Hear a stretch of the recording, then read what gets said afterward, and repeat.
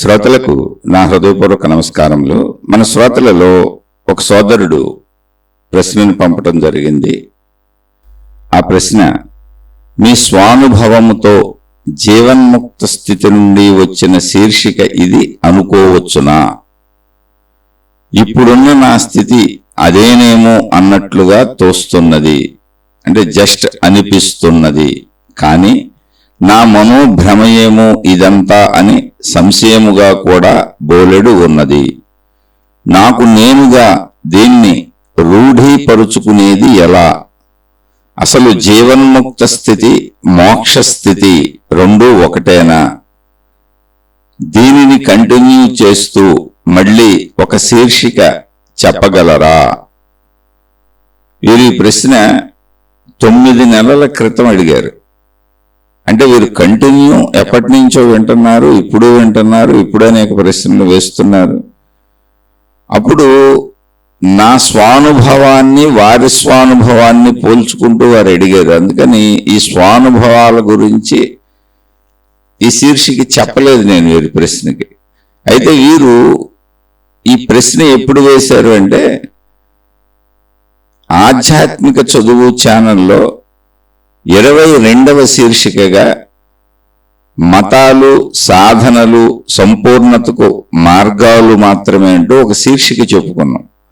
ఆ శీర్షిక విని వీరు ఈ ప్రశ్న వేశారు.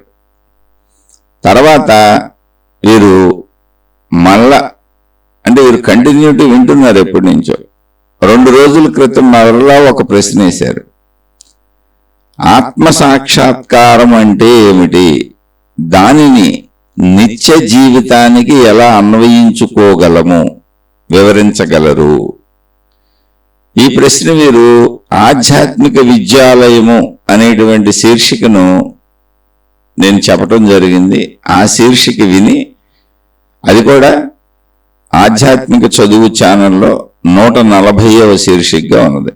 ఆ శీర్షిక విని ఈ ప్రశ్న వేశారు.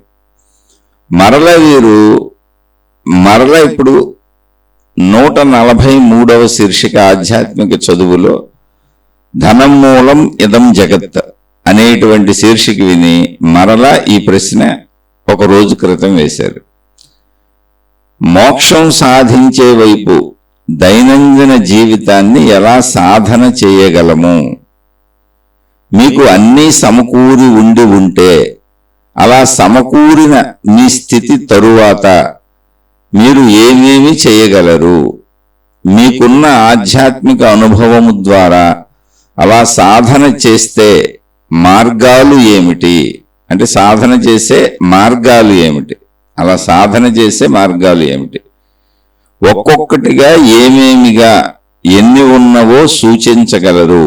ఆయా మార్గాలలో మేము కొంత ప్రయత్నిస్తాము.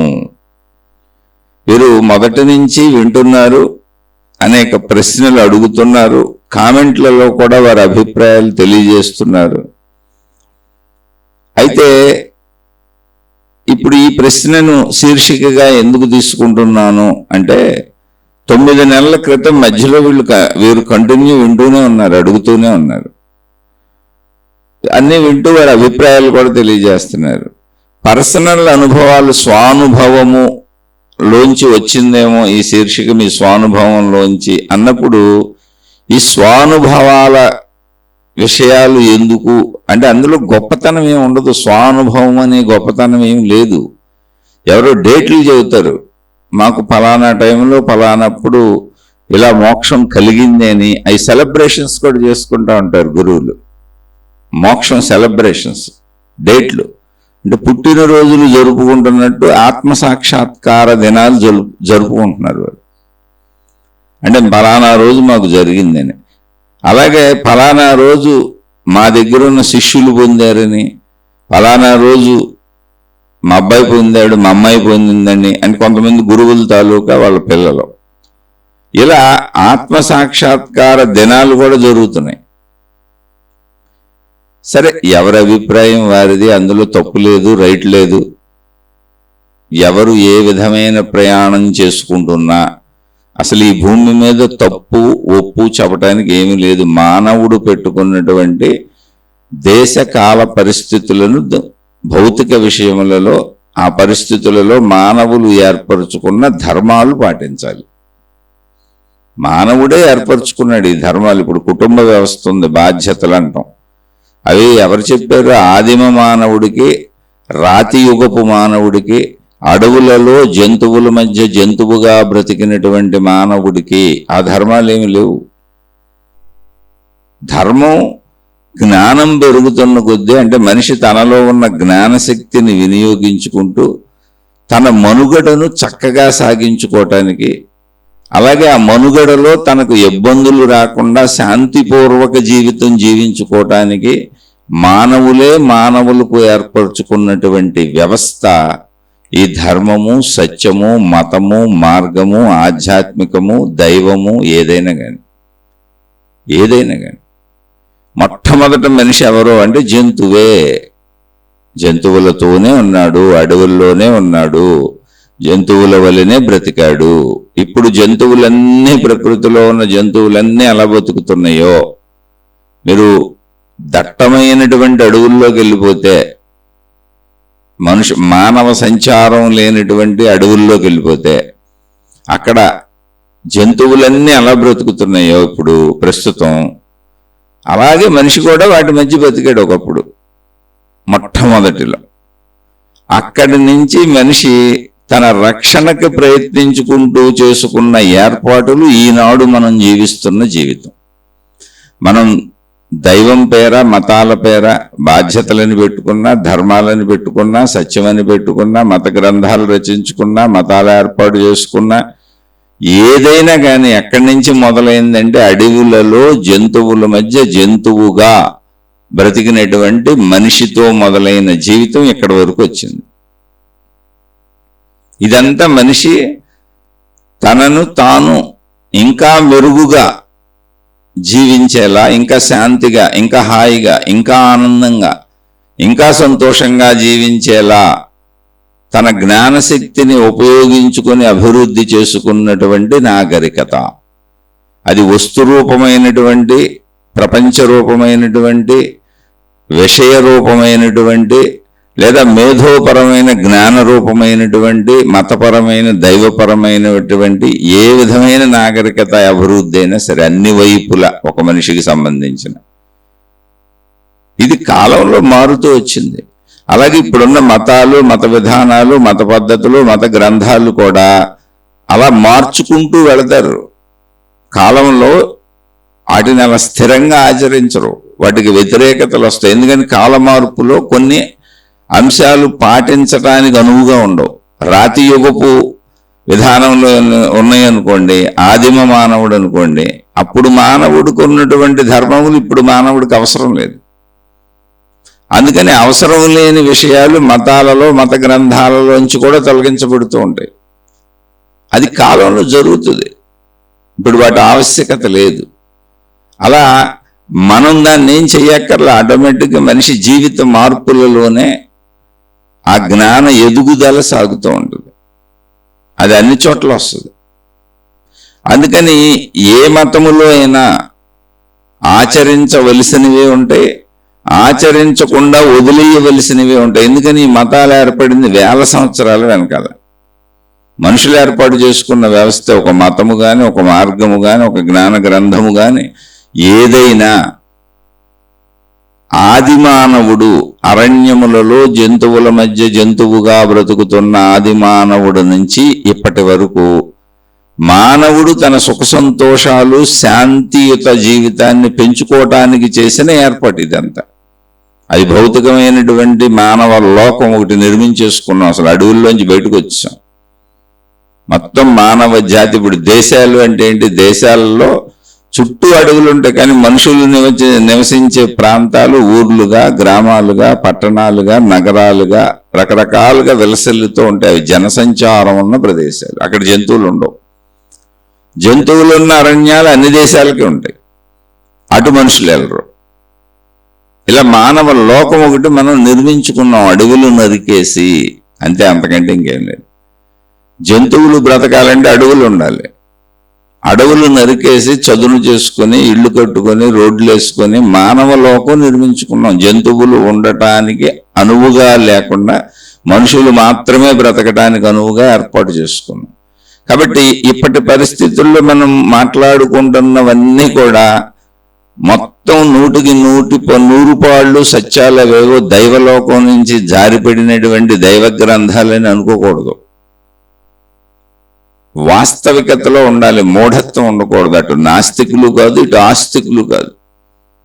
నాస్తికులు అంటే అసలు మేము దేన్ని నమ్మము, అంటే దేవుడు అనే విధానాలలో దేన్ని నమ్మము.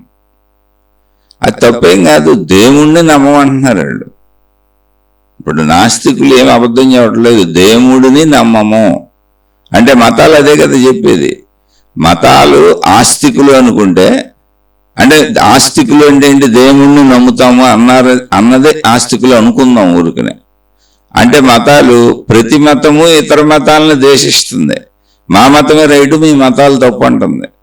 మా మత దేవుడే కరెక్ట్, మీ దేవుడు లేడు అని చెబుతుంది. మీ అన్ని అబద్ధాలని చెబుతుంది. వాళ్ళు ఇతర మతాల పట్ల నాస్తికుల్లాగానే ప్రవర్తిస్తున్నారు, తమ మతం పట్ల ఆస్తికులుగా అంటున్నారు. ఇక్కడ నాస్తి అస్తి అనేది అంటే లేదు ఉంది అనేది, నాస్తికులు అనేది ఆస్తికులు అనేది అంటే నాస్తి అంటే లేదు, నా అస్తి లేదు, అస్తి ఉన్నది అనేది. ఇది శక్తి కూర్చిన సత్యం అయినప్పుడు ఇద్దరు ఒకటే విషయం చెబుతున్నారు. మీరు చెబుతున్న దేవుళ్ళు దేవతలు మహిమలు మాయలు అద్భుతాలు మతాలు ఈ మత గొడవలు ఈ గోళలు ఈ ఆచార సాంప్రదాయాలు ఇవన్నీ ఏంట్రా నాయన, కొట్టుకు చస్తున్నారు కదా. మీరు మంచిగా బతికితే అసలు నాస్తికులు తయారయ్యేవాళ్ళు కాదు. మనుషులందరూ మేము ఒకటే అని ఎన్ని మతాలు పెట్టుకున్నా ఎన్ని మార్గాలు పెట్టుకున్నా మనుషులందరూ మేము ఒకటే అనేటువంటి విరోధ భావన లేకుండా ఆ మత పెద్దలు ఆ మార్గ పెద్దలు ఆ మత నియమాలు ఆ మత గ్రంథాలు బోధించి ఉండుంటే మీరంతా కలిసిమెలిసి బతకండి అని ఉంటే అసలు గొడవ ఉండేది కాదు. కానీ ప్రతి మత గ్రంథము విడిపోమని చెబుతుంది, మన దేవుడే కరెక్ట్ అని చెబుతుంది, మన ఆచార సాంప్రదాయ పద్ధతులు నిజమని చెబుతుంది, మిగిలిన మతాలే కాదని చెబుతుంది. ఇది ఎవరు రాశారు? మనుషులే రాసుకున్నారు. అందుకని ఈ విషయం తెలిసిన వాళ్ళు నాస్తికులు అంటే అది లేదు, అది అంతా అబద్ధం, మనుషులే రాసుకున్నారు అన్నారు. ఆస్తికులు అంటే అసలు ఇదేమీ పరిశీలించకుండా మూర్ఖము మూఢము మూఢత్వంతో మా గ్రంథం ఉంది అంతే, మేము దాన్ని నమ్మాం అంతే, వాళ్ళు నమ్మమన్నారు అంతే, మేము నమ్మేస్తున్నాం అంతే, దానికి రుజువులు మీరు మమ్మల్ని అడగకూడదు అంతే అనేవాళ్ళు మూర్ఖులు మూఢులు. ఇలాంటి విధానాల్లో గొడవలు మొదలైనవి. ఆ గొడవలు మొదలైనటువంటి తత్వాన్ని తప్పు కాదు లేదు అని చెబుతున్నారు నాస్తికులు. అంతే తప్ప నాస్తికులు మనుషులే ఆస్తికులు మనుషులే. ఆస్తికులలో కూడా మూఢత్వం ఉండకూడదు, మూర్ఖత్వం ఉండకూడదు. అదే ఆత్మజ్ఞానం ఆధ్యాత్మిక చదువు. ఇప్పుడు హేతువాదులు అంటారు. హేతువు అంటే ఏంటి? కారణము. ప్రతిదానికి కారణం ఉంటుంది, కారణం కనపడతా ఉంటుంది. చెట్టు వచ్చింది అంటే విత్తనము కారణము, ఓ మనిషి పుట్టాడంటే తల్లిదండ్రులు కారణము, ఒక జంతువు పుట్టిందంటే దానికి స్త్రీ పురుష జంతువులు కలయిక కారణము. అలా ప్రతిదానికి కార్యకారణ సంబంధం సృష్టిలో ఉంటుంది. అలాగే సృష్టి మొత్తం ఉంది అంటే దానికి సృష్టి శక్తి కారణము. శక్తి కనపడలేదు, సృష్టి కనపడుతుంది. అంతే, సింపుల్ లాజిక్ అది. దానికి మీరు మూర్ఖతనో మూఢతనో అద్దేసి దాన్ని మా దేవుడే రేటు మా దేవత రేటు అని రూపాలు తయారు చేసేసి ఆచార సాంప్రదాయాలు పెట్టి పద్ధతులు పెట్టేసి ఇతరులతో గొడవ పడేలా చేస్తే మూర్ఖత మూడుతుంది. ఇందులోనే ఉండాలి, ఇతర దేవుళ్ళకి వెళ్ళకూడదు, ఇతర దేవుళ్ళని చూడకూడదు, ఇతర మతాలు వినకూడదంటే మూర్ఖత మూడుతుంది. కాదు, నువ్వు ఏదో ఒక విధానం తయారు చేసావు నాయన శక్తి వరకు నువ్వు వెళ్ళటానికి. ఇది ఆధ్యాత్మిక చదువు అంతే. భౌతిక చదువులు ఎలా చదువుకుంటావో అలా భౌతిక చదువులు చదివించే స్కూల్స్ ఎన్ని వందల వేల లక్షల కోట్ల స్కూల్స్ ఉన్నాయో అందులో ఎంతమంది కోటాను కోట్ల మంది ఉపాధ్యాయులు విద్యార్థులకు విద్యలు చెబుతున్నారో ఎవరు ఎక్కడైనా నేర్చుకోవచ్చు. భౌతిక చదువులు నీకు ఆసక్తి ఉన్నాయన్నీ చదువుకోవచ్చు. అలాగే ఇది కూడా ఆధ్యాత్మిక చదువునైనా ఆ శక్తిని గూర్చి చెబుతున్నారు, విశ్వశక్తిని గూర్చి. అంతే. ఈ మతాలు కానీ ఈ మార్గాలు కానీ ఈ గురువులు కానీ ఈ విధానాలు కానీ ఈ పద్ధతులు కానీ ఈ సాధనలు కానీ అన్నీ కూడా ఆ స్కూల్స్ లాంటివి. భౌతిక స్కూల్స్ ఎలాంటివి, ఆధ్యాత్మిక స్కూల్స్. ఇందులో విభేదించే వాళ్ళు తప్పు, మూర్ఖులు మూఢులు. విభేదించమని నేర్పేవాళ్ళు మూర్ఖులు మూడులు. అవి రాంగ్ మార్గాలు. మనుషులందరం మనం ఒకటే. అక్కడ భౌతిక చదువు చదువుకున్న చోట మనకి ఏ విభేదాలు లేవు, చక్కగా చదువుకుంటూ వెళ్ళిపోతున్నాం. అలాగే ఆధ్యాత్మిక చదువులో కూడా ఏ విభేదాలు ఉండకూడదు. ఏదో నువ్వు ఉన్న ప్రాంతంలో ఆ మతం తయారైంది, నేనున్న ప్రాంతంలో ఈ మతం తయారైంది, ఒక్కో స్కూల్ అది. అన్ని స్కూల్స్లో ఉన్న మంచిని నేర్చుకో, వెళ్ళిపో అంతే అని చెప్పేవాళ్ళు నిజమైనటువంటి జ్ఞాన మార్గంలో వెళ్తున్నారు. జ్ఞాన మార్గం అనేది ఏమి లేదు. బుద్ధిని పాడు చేయకుండా, బుర్రను పాడు చేయకుండా, తెలివిని ప్రజ్ఞని ఉపయోగించి మూర్ఖులుగా మూఢులుగా బతకకుండా వెళ్తున్నారు. అలా వెళుతూ అంతిమములో ఏం చెప్పారంటే, మొత్తం ఈ సృష్టికి ఆధారమైన శక్తి ఒకటే, ఆ శక్తి ఒకటే అనేటువంటి భావనలో నువ్వు 100కి 100 పాళ్ళు దాన్ని నమ్మి దృఢపడగలిగితే దాని పేరు మోక్షం అన్నారు. కేవలం భావం అది. ఎందుకని శరీర భావం ఉంటుంది మనకి. మనకంటే భిన్నంగా బోల్డ్ శరీరాలు కనపడుతున్నాయి. సృష్టి అంతా వేరువేరుగా ఉంది. వేరువేరుగా ఉన్న సృష్టి అబద్ధము కాదు, నిజమే. కానీ వేరువేరుగా ఉన్న సృష్టి శాశ్వతంగా ఉందా అంటే లేదు. పుడుతున్నారు, పెరుగుతున్నారు, జీవిస్తున్నారు, మరణిస్తున్నారు. మనుషులైనంతే, జంతువులైనంతే, వృక్షాలైనంతే. మనం గమనించగలిగినవి మిగిలిన సృష్టి కూడా మొత్తం ఇలాగే ఉంటుంది. అది వస్తుంది, పోతుంది. సృష్టి నిరంతర మార్పులకు లోనవుతుంది. కానీ ఇలా నిరంతర మార్పులకు లోనయ్యే ప్రక్రియలన్నీ చాలా క్రమశిక్షణగా, పద్ధతిగా, నియమబద్ధంగా సాగుతున్నాయి. అంటే కార్యకారణ సంబంధంలో ఈ నియమాన్ని నడిపేటువంటి, ఈ పద్ధతిని నడిపేటువంటి, అసలు ఈ సృష్టిని ఆవిర్భవింపజేసి లయింపజేసుకునేటువంటిది ఏదో ఉందని దాన్ని అన్వేషించి అదే సృష్టి శక్తి, విశ్వశక్తి అన్నారు. అంటే ఇప్పుడు విశ్వశక్తి వేరు, సృష్టి వేరు కాదు. సముద్రములో ఏ విధముగా తరంగాలు వస్తూ ఉంటాయో, సముద్రములో ఏ విధంగా కెరటములు ఎగిసిపడుతూ ఉంటాయో, ఆ కెరటములు తరంగములు పేర్లు మార్పుగా ఉన్నాయి తప్ప ఆ కెరటముల నీరు సముద్రమే, ఆ తరంగముల నీరు సముద్రమే, ఎగిసిపడింది సముద్రమే. కానీ మొత్తం సముద్రం ఎగిసిపడటం లేదు కనుక సముద్రంలోని కొంత భాగం ఆ ముందు భాగమే ఎగిసిపడుతున్నట్లు కనపడుతుంది కనుక మిగిలిన సముద్రం అంతా నిశ్చలముగా ఉన్నది కనుక ఆ ఎగిసిపడుతున్న భాగమును కెరటములు, తరంగములు అని విభాగముగా మాట్లాడుకుంటున్నాం తప్ప అక్కడ విభాగము లేదు. ఆ సముద్ర కెరటములు సముద్రములోనే ఎగిసిపడి, సముద్ర శక్తితోనే ఎగిసిపడి, సముద్రపు నీటితోనే ఎగిసిపడి, సముద్రములోనే కదిలి సముద్రములోనే లయించిపోతున్నాయి. మొత్తము సృష్టి అలాగే జరుగుతున్నది. అక్కడ సముద్రము నీరు కనుక మనకు కనపడుతున్నది. ఇక్కడ శక్తి అనేది అతి సూక్ష్మాతి సూక్ష్మమైన ఆకాశ స్వరూపము కనుక అది ఖాళీ అని భావించుకుంటున్నాం మనం. ఆ ఖాళీ అని మనం భావించుకుంటున్నటువంటి ఈ ఆకాశ శక్తి సాగరములో ఎగిసిపడుతున్నదే సృష్టి. అక్కడ మనకి శక్తి కనపడదు గనక సృష్టి నిజముగా అనిపిస్తున్నది.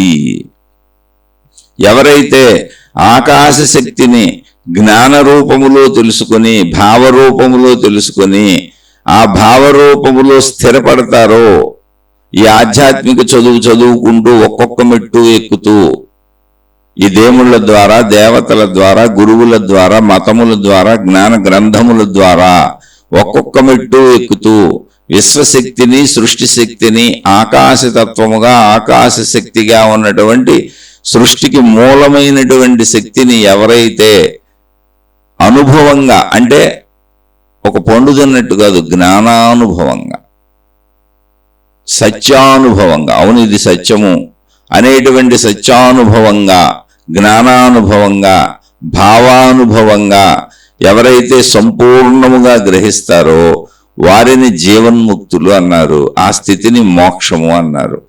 మోక్షము అన్న, జీవన్ముక్త స్థితి అన్న, ఆత్మసాక్షాత్కారం అన్న అన్నీ ఒకటే. ఒకే దానికి అవి పదములు రకరకములుగా వాడారు. ఎందుకనంటే అనేక మంది దీన్ని చెప్పారు, ఒకళ్ళే కాదు చెప్పింది.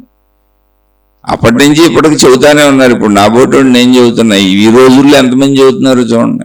వేల మంది చెబుతూ ఉండుంటారు, లక్షల మంది చెబుతూ ఉండుంటారు ప్రపంచవ్యాప్తంగా. అలా మాట్లాడేటప్పుడు పదాలు మారుతూ ఉంటాయి కానీ భావం ఒకటే. ఒకే విషయాన్ని చెబుతున్నారు. ఆత్మజ్ఞాన చదువు, ఆధ్యాత్మిక చదువు అని నేను చదువు అనేది జోడించాను.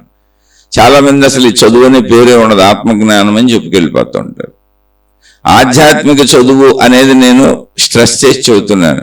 చాలామంది అసలు ఆధ్యాత్మికం అంటే దేవుడితో ఉండటమే ఆధ్యాత్మికం, ఏదో నిత్యం ఇంట్లో దైవీ సంబంధ ప్రతిచర్య ఆధ్యాత్మికమే అని మాట్లాడుతూ ఉంటారు. కాదు, ఆధ్యాత్మికము వ్యక్తిగతము, అంతరంగము, నీ అంతరంగము అని నేను ఆ వైపు తీసుకెళ్ళి చెబుతున్నాను. ఇలా ఒక్కొక్కళ్ళు ఒక్కో దాన్ని స్ట్రెస్ చేసి దాని విషయాన్ని చెబుతారు. అందులో మనం కన్ఫ్యూజన్ లేకుండా మన లోపలికి మనం వెళ్ళి మనను మనం గమనించుకోవడానికి వీలుగా నేను నాకు అర్థమైంది చెబుతున్నాను. ఎందుకంటే ఇక్కడ చాలా కన్ఫ్యూజన్లు ఉంటాయి. లక్షల కోట్ల గ్రంథాలు ఉన్నాయి, అనేక లక్షల మంది లక్షల రకాలుగా ఈరోజు కూడా చెబుతూనే ఉన్నారు. అందరూ అదే పేర్లు వాడుకుంటున్నారు. ఊరికి ఇప్పుడు దైవ ప్రచారకులు, మత ప్రచారకులు, అన్ని మతాల వాళ్ళు ఆధ్యాత్మిక అనే పదం వాడేస్తారు.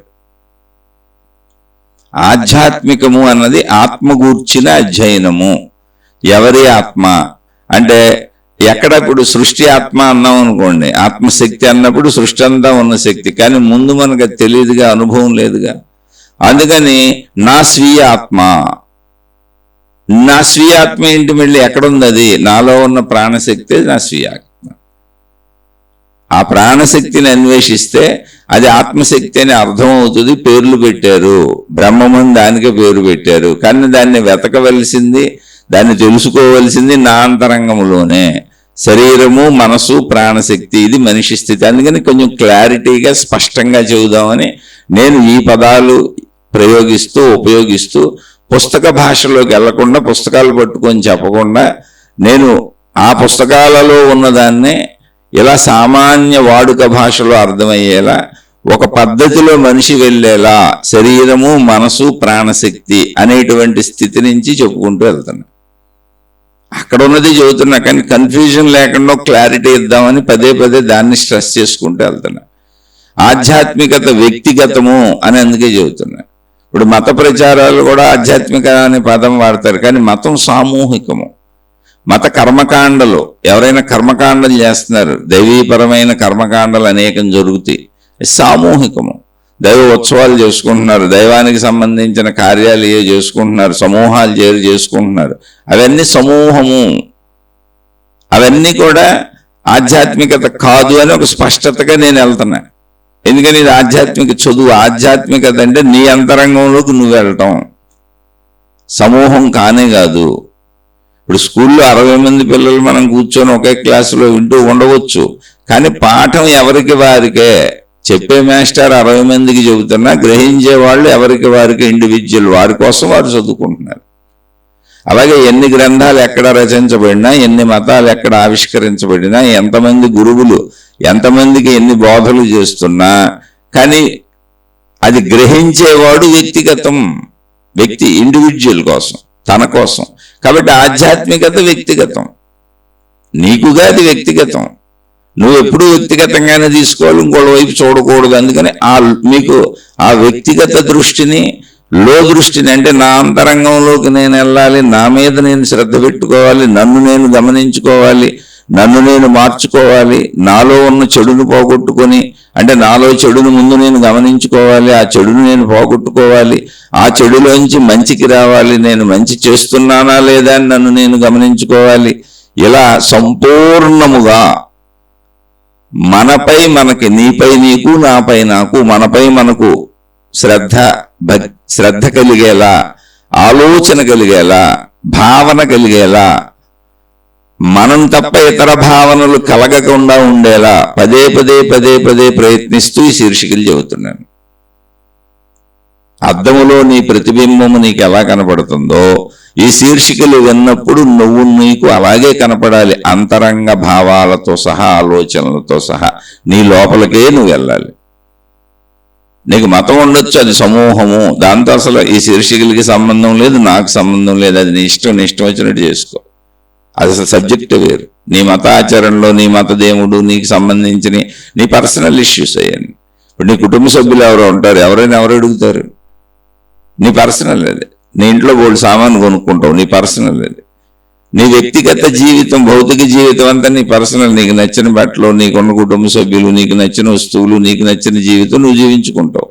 కానీ ఇది ఆధ్యాత్మికము, వ్యక్తిగతము, నీ అంతరంగంలో. అలాగే నీ మతం నీ పర్సనల్, నీ వస్తువుల్లాగా, నీ కుటుంబ సభ్యుల్లాగా.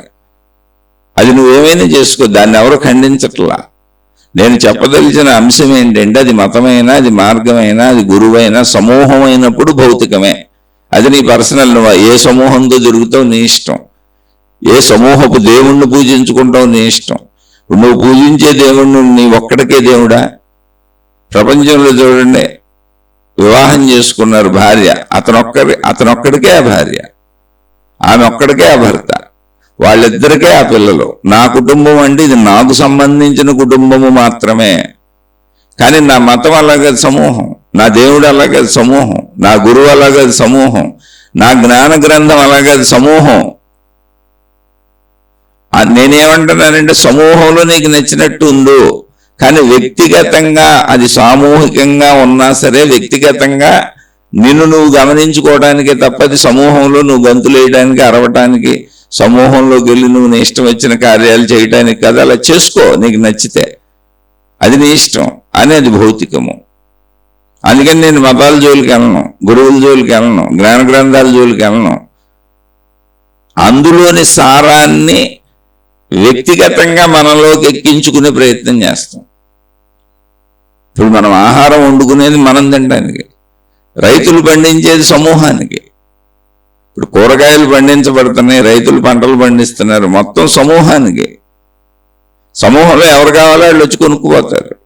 ప్రపంచంలోని వస్తువులన్నీ తయారయ్యేది మొత్తం ప్రపంచంలో ఉన్న మానవాళి సమూహానికి.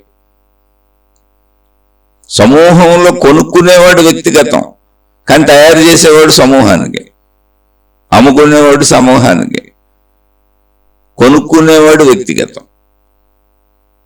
మళ్ళీ కొనుక్కునేవాళ్ళు కుటుంబంలో ఒక సమూహంగా ఉన్నారు, ఒక 5గురో 10 మందో, కుటుంబం మొత్తానికి కలిపి కొనుక్కుంటారు, సమూహంగా కొనుక్కుంటారు. కానీ వండుకొని తినేటప్పుడు వ్యక్తిగతం, ఎవరికి వాళ్ళకి, ఎవరి ఆకలికి సరిపోయినంత వాళ్ళు తింటారు. అది ఏ ఇద్దరికి సమానంగా ఉండదు. జ్ఞానం కూడా అంతే. మతంలో ఎంత జ్ఞానమైనా ఉన్నాయి, గ్రంథాల్లో ఎంత జ్ఞానమైనా ఉన్నాయి, దేవుడి దగ్గర ఎంత జ్ఞానమైనా ఉన్నాయి, ఎంత జ్ఞానమైనా ప్రపంచంలో చెప్పబడనే, అది సమూహమైనప్పుడు అది భౌతికము. నువ్వు అది వ్యక్తిగతంగా నీ ఆకలికి సరిపోయినంత తింటావే, అప్పుడు ఆధ్యాత్మికము. ఈ విభజన నువ్వు తెలుసుకోకపోతే, ఇది ప్రపంచం అంతా తెలుసుకోవాలని నేను అంటల్లా. ఆధ్యాత్మికం అనే పదం మీద నాకేం రైట్స్ లేవు. నేను చెబుతున్న భావం ఏంటో చెబుతున్నా. ఆధ్యాత్మికము వ్యక్తిగతము. నీకు ఆకలైనంత నువ్వు ఎలా తింటావో వండబడిన సమూహానికి వండబడింది ఇంట్లో అందరికీ. అలాగే సమూహానికి ఉత్పత్తి చేయబడి సమూహానికి అమ్మబడుతున్నాయి. నీ ఇంటికి ఎంత కావాలో నువ్వు అంత తెచ్చుకుంటావు. నీ ఇంటికి ఎంత కావాలో తెచ్చుకున్న వాటిలో ఎంత వండారో అందులో మళ్ళీ నీకు ఎంత కావాలో అంత తింటావు. అందరూ సమానంగా ఉండదు, అది ఆకలిని బట్టి కదా తినేది. అలాగే జ్ఞానాన్ని నీ అరుగుదల బట్టి, నీకు అర్థం అవటమే నీ అరుగుదల, నీ అవగాహనకు అందడమే నీ అరుగుదల. నీకు దాని మీద ఉన్న ఆసక్తిని బట్టి, జిజ్ఞాసను బట్టి నువ్వు అర్థం చేసుకుంటావు. అది నీ వ్యక్తిగతం. అంత జ్ఞానం నువ్వు జీర్ణించుకోగలిగావు. అది సంపూర్ణముగా, అంటే ఈ సృష్టి మొత్తానికి కారణభూతమైనటువంటి శక్తిని జీర్ణించుకోగలిగితే నువ్వు, ఆ శక్తి స్థితి నీకు అర్థమైతే, సృష్టి స్థితి మాయమవదు. సృష్టి స్థితికి ఆధారంగా శక్తి స్థితి ఉన్నది. సముద్ర కెరటములన్నీ సముద్రములోనే ఎగిసిపడుతున్నాయి అనేది ప్రత్యక్షంగా ఎలా కనబడుతుందో, కెరటములు వేరు సముద్రం వేరు అని ఎవడు చెప్పడుగా. ఎందుకని? ప్రత్యక్ష దర్శనం అది. అలా నువ్వు ప్రత్యక్ష జ్ఞానానుభవం అయ్యే వరకు సంపూర్ణముగా ప్రయాణిస్తూ వెళ్ళాలి.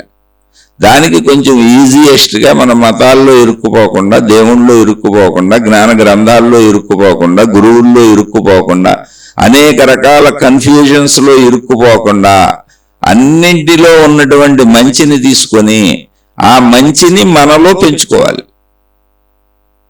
మనలో ఉన్న చెడుని తొలగించుకోవాలి. ఇది ఎవరికి వాళ్ళే చేసుకోవాలి, ఇండివిజువల్. అది నీకు అవసరమైనంత ఆహారం నువ్వు తిన్నట్టు. కాబట్టి ఇక్కడ మనకి మతం వ్యతిరేకం కాదు, మార్గం వ్యతిరేకం కాదు, దేవుడు వ్యతిరేకం కాదు, గురువు వ్యతిరేకం కాదు, జ్ఞాన గ్రంథాలు వ్యతిరేకం కాదు. ఎవరు ఎక్కడ ఏమి చెప్పినా, ఏం తయారు చేసినా అది మనకు వ్యతిరేకం కాదు. ఎందుకని? అన్నింటిలోంచి మంచిని తెచ్చుకుంటాం. ఇప్పుడు కొన్ని వేల షాపులు ఉన్నాయి మార్కెట్లో. మనకు వ్యతిరేకం ఎందుకు? అది మనకు అనుకూలత కోసం కదా ఆ షాపులన్నీ పెట్టింది. ఎన్ని ఎక్కువ షాపులు పెడితే మనకు అంత ఎక్కువ అనుకూలత. మనకు నచ్చినవన్నీ వెతుక్కొని మనకు కావలసినవి చక్కగా తెచ్చుకోవచ్చు. అలా మీరు షాపులకు వెళ్ళి అనేక వేల లక్షల షాపులు ఉంటాయి. ప్రపంచవ్యాప్తంగా కోటాను కోట్ల షాపులు ఉంటాయి. ఎవరి కోసం? మనుషుల కోసమే. ఒకే ఐటమ్కి సంబంధించిన షాపులే వందల వేలు ఉంటాయి. ఎందుకు? నువ్వు వెతుక్కోవటానికి, నీకు నచ్చింది కొనుక్కోవటానికి. అలా ఎన్ని మతాలు పెరుగుతుంటే, ఎన్ని మార్గాలు పెరుగుతుంటే, ఎంతమంది గురువులు పెరుగుతుంటే, ఎంత జ్ఞాన గ్రంథాలు పెరుగుతుంటే, అవన్నీ నువ్వు అందులో ఇరుక్కుపోకూడదు, అందులో ఎత్తుక్కోవాలి.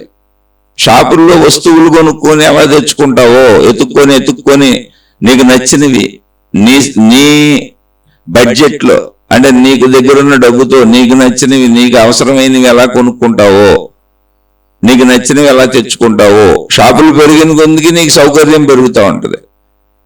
షాపులు పెరిగిన కొద్దికి పోటీ పెరిగి రేట్లు తగ్గుతూ ఉంటాయి. అంత సౌకర్యం పెరుగుద్ది మనిషికి. అలా మతాలు పెరిగిన కొద్దీ, మార్గాలు పెరిగిన కొద్దీ, గురువులు పెరిగిన కొద్దీ, జ్ఞాన గ్రంథాలు పెరిగిన కొద్దీ సౌకర్యం పెరుగుద్ది మనకి. ఎప్పుడు జ్ఞానం నువ్వు తెచ్చుకొని మంచి తెచ్చుకోవాలి, జ్ఞానం కాదు. ఎవడు చెప్పినా నమ్మేకు, నీకేం అవసరం అది తెచ్చుకో. ఆడెవడో నాకు దేవుడు కనపడ్డాడు అన్నాడు, నువ్వెందుకు నమ్మటం? నీకు చూపిస్తాడేమో అడుగు. చూపిస్తానండి, ఒక 10 ఏళ్ళు నన్నే అనుసరిస్తే, మీరు నాకు ఫీజులు చెల్లిస్తే, మీరు డబ్బులు ఇస్తే, నాకు సేవలు చేస్తే అంటే ఆడికి దండం పెట్టి ఇంటికి వెళ్ళిపో.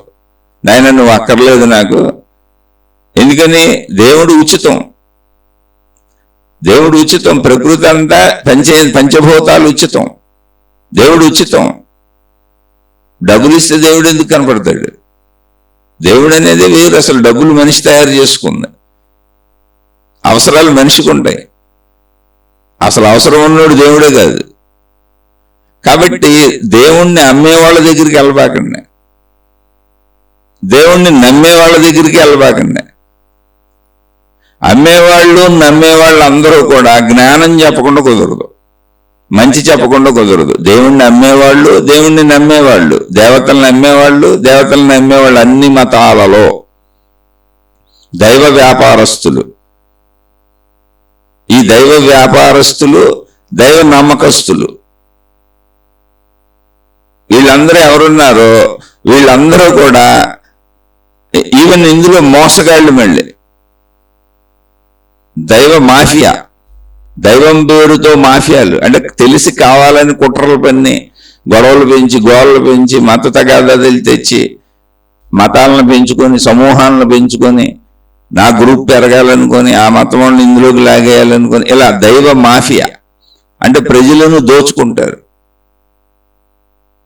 దైవ మాఫియా, దైవ వ్యాపారస్తులు, దైవ నమ్మకస్తులు, వీళ్ళందరూ కూడా అవి నిలబడాలంటే, దైవ మాఫియా నిలబడాలన్నా, దైవ వ్యాపారస్తులు నిలబడాలన్నా, దైవ నమ్మకస్తులు నిలబడాలన్నా, దైవాన్ని నమ్మే నిజాయితీ పరులు వాళ్ళు నిలబడాలన్నా అందరూ జ్ఞానమే చెప్పాలి. ఇక్కడ కామన్ పాయింట్ అది.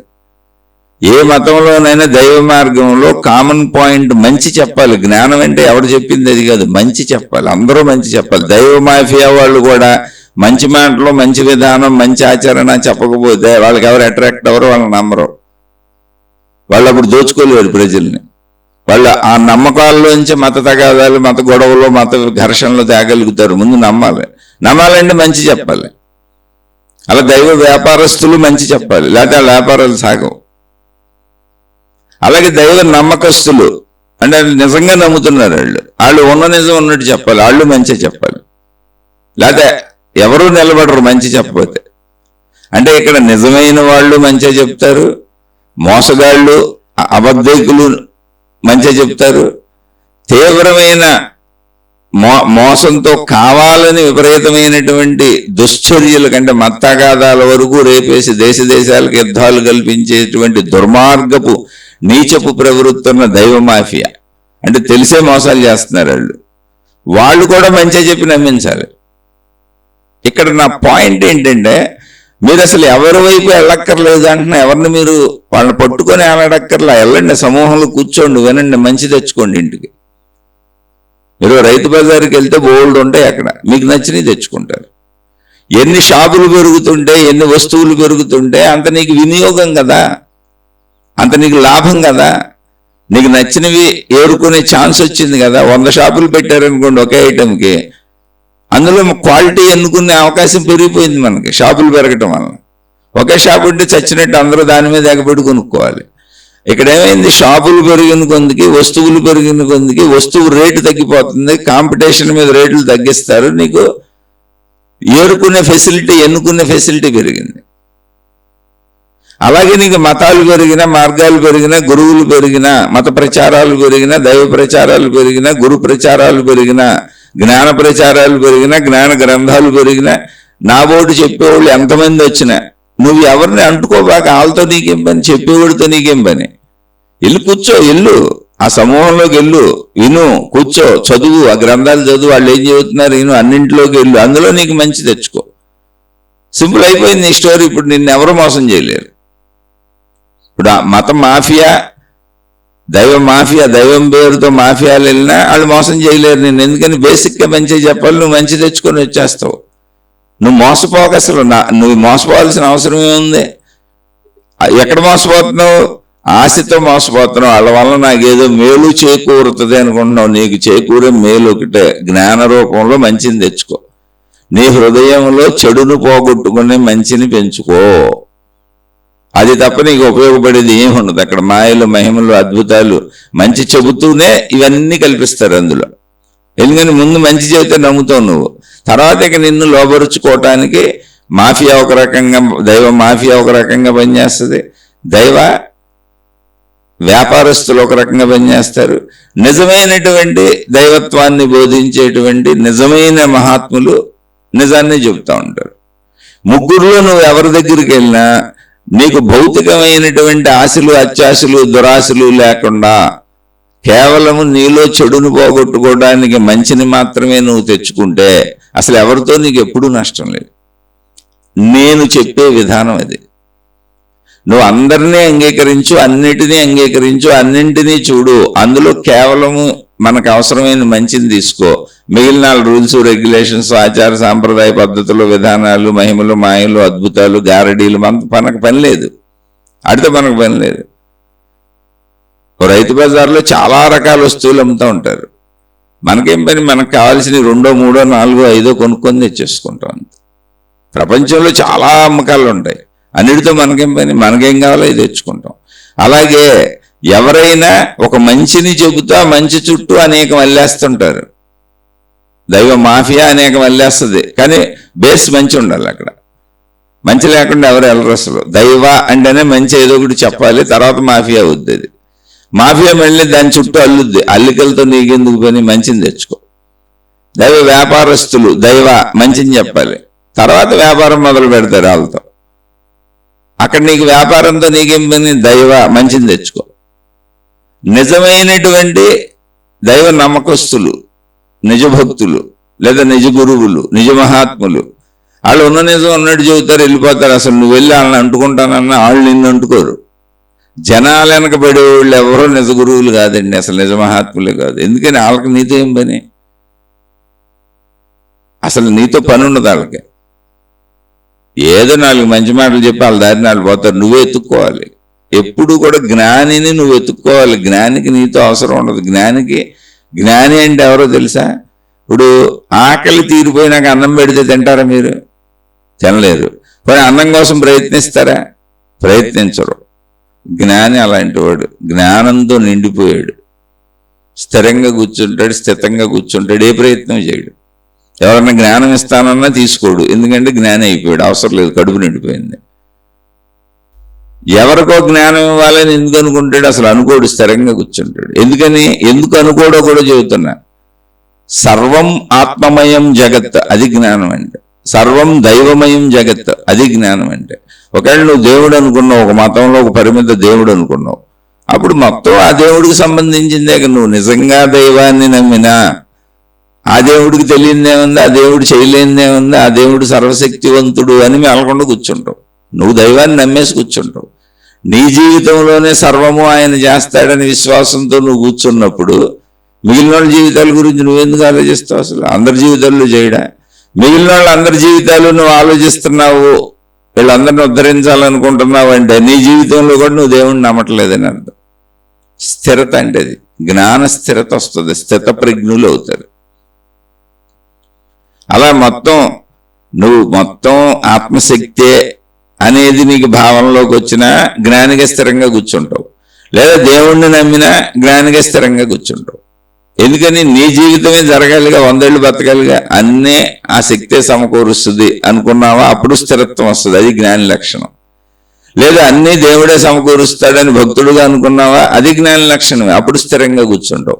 స్థిరంగా కూర్చోలేని అస్థిరతోళ్ళందరూ ఇదిగో ఈ పట్టుకొని తిరుగుతూ ఉంటారు ప్రచారాలని. ఆ స్థిరతోళ్ళని మనం ఏం చేస్తాం? నువ్వు ఆ గ్రూపులో చేరిపోయి నీ అస్థిరతను పెంచుకోబాక స్థిరతను పెంచుకో అనే మార్గాన్ని, ఉన్న మార్గమేది, మీకు ఎక్కువగా స్ట్రెస్ చేసి చెబుతున్నా. అందుకనే ప్రచారం అంతా, సమూహాలంతా భౌతికము అని చెబుతుంది. అది కనపడతా ఉంటుంది, కనపడేదంతా భౌతికం. ఇప్పుడు దైవీపరమైన ఉత్సవాలు చేస్తున్నారు, కనపడుతున్నాయి అనుకోండి, భౌతికమే, కనపడుతుందిగా. ఆధ్యాత్మికం ఏంటి? కనపడని ఆ దేవుణ్ణి నువ్వు దర్శించాలి, ఆ దైవ శక్తిని దర్శించాలి, దైవత్వాన్ని దర్శించాలి. అది నీలో పెంచుకోవాలి. దైవత్వం అంటే ఏంటో తెలుసుకోవాలి, అది జ్ఞానం.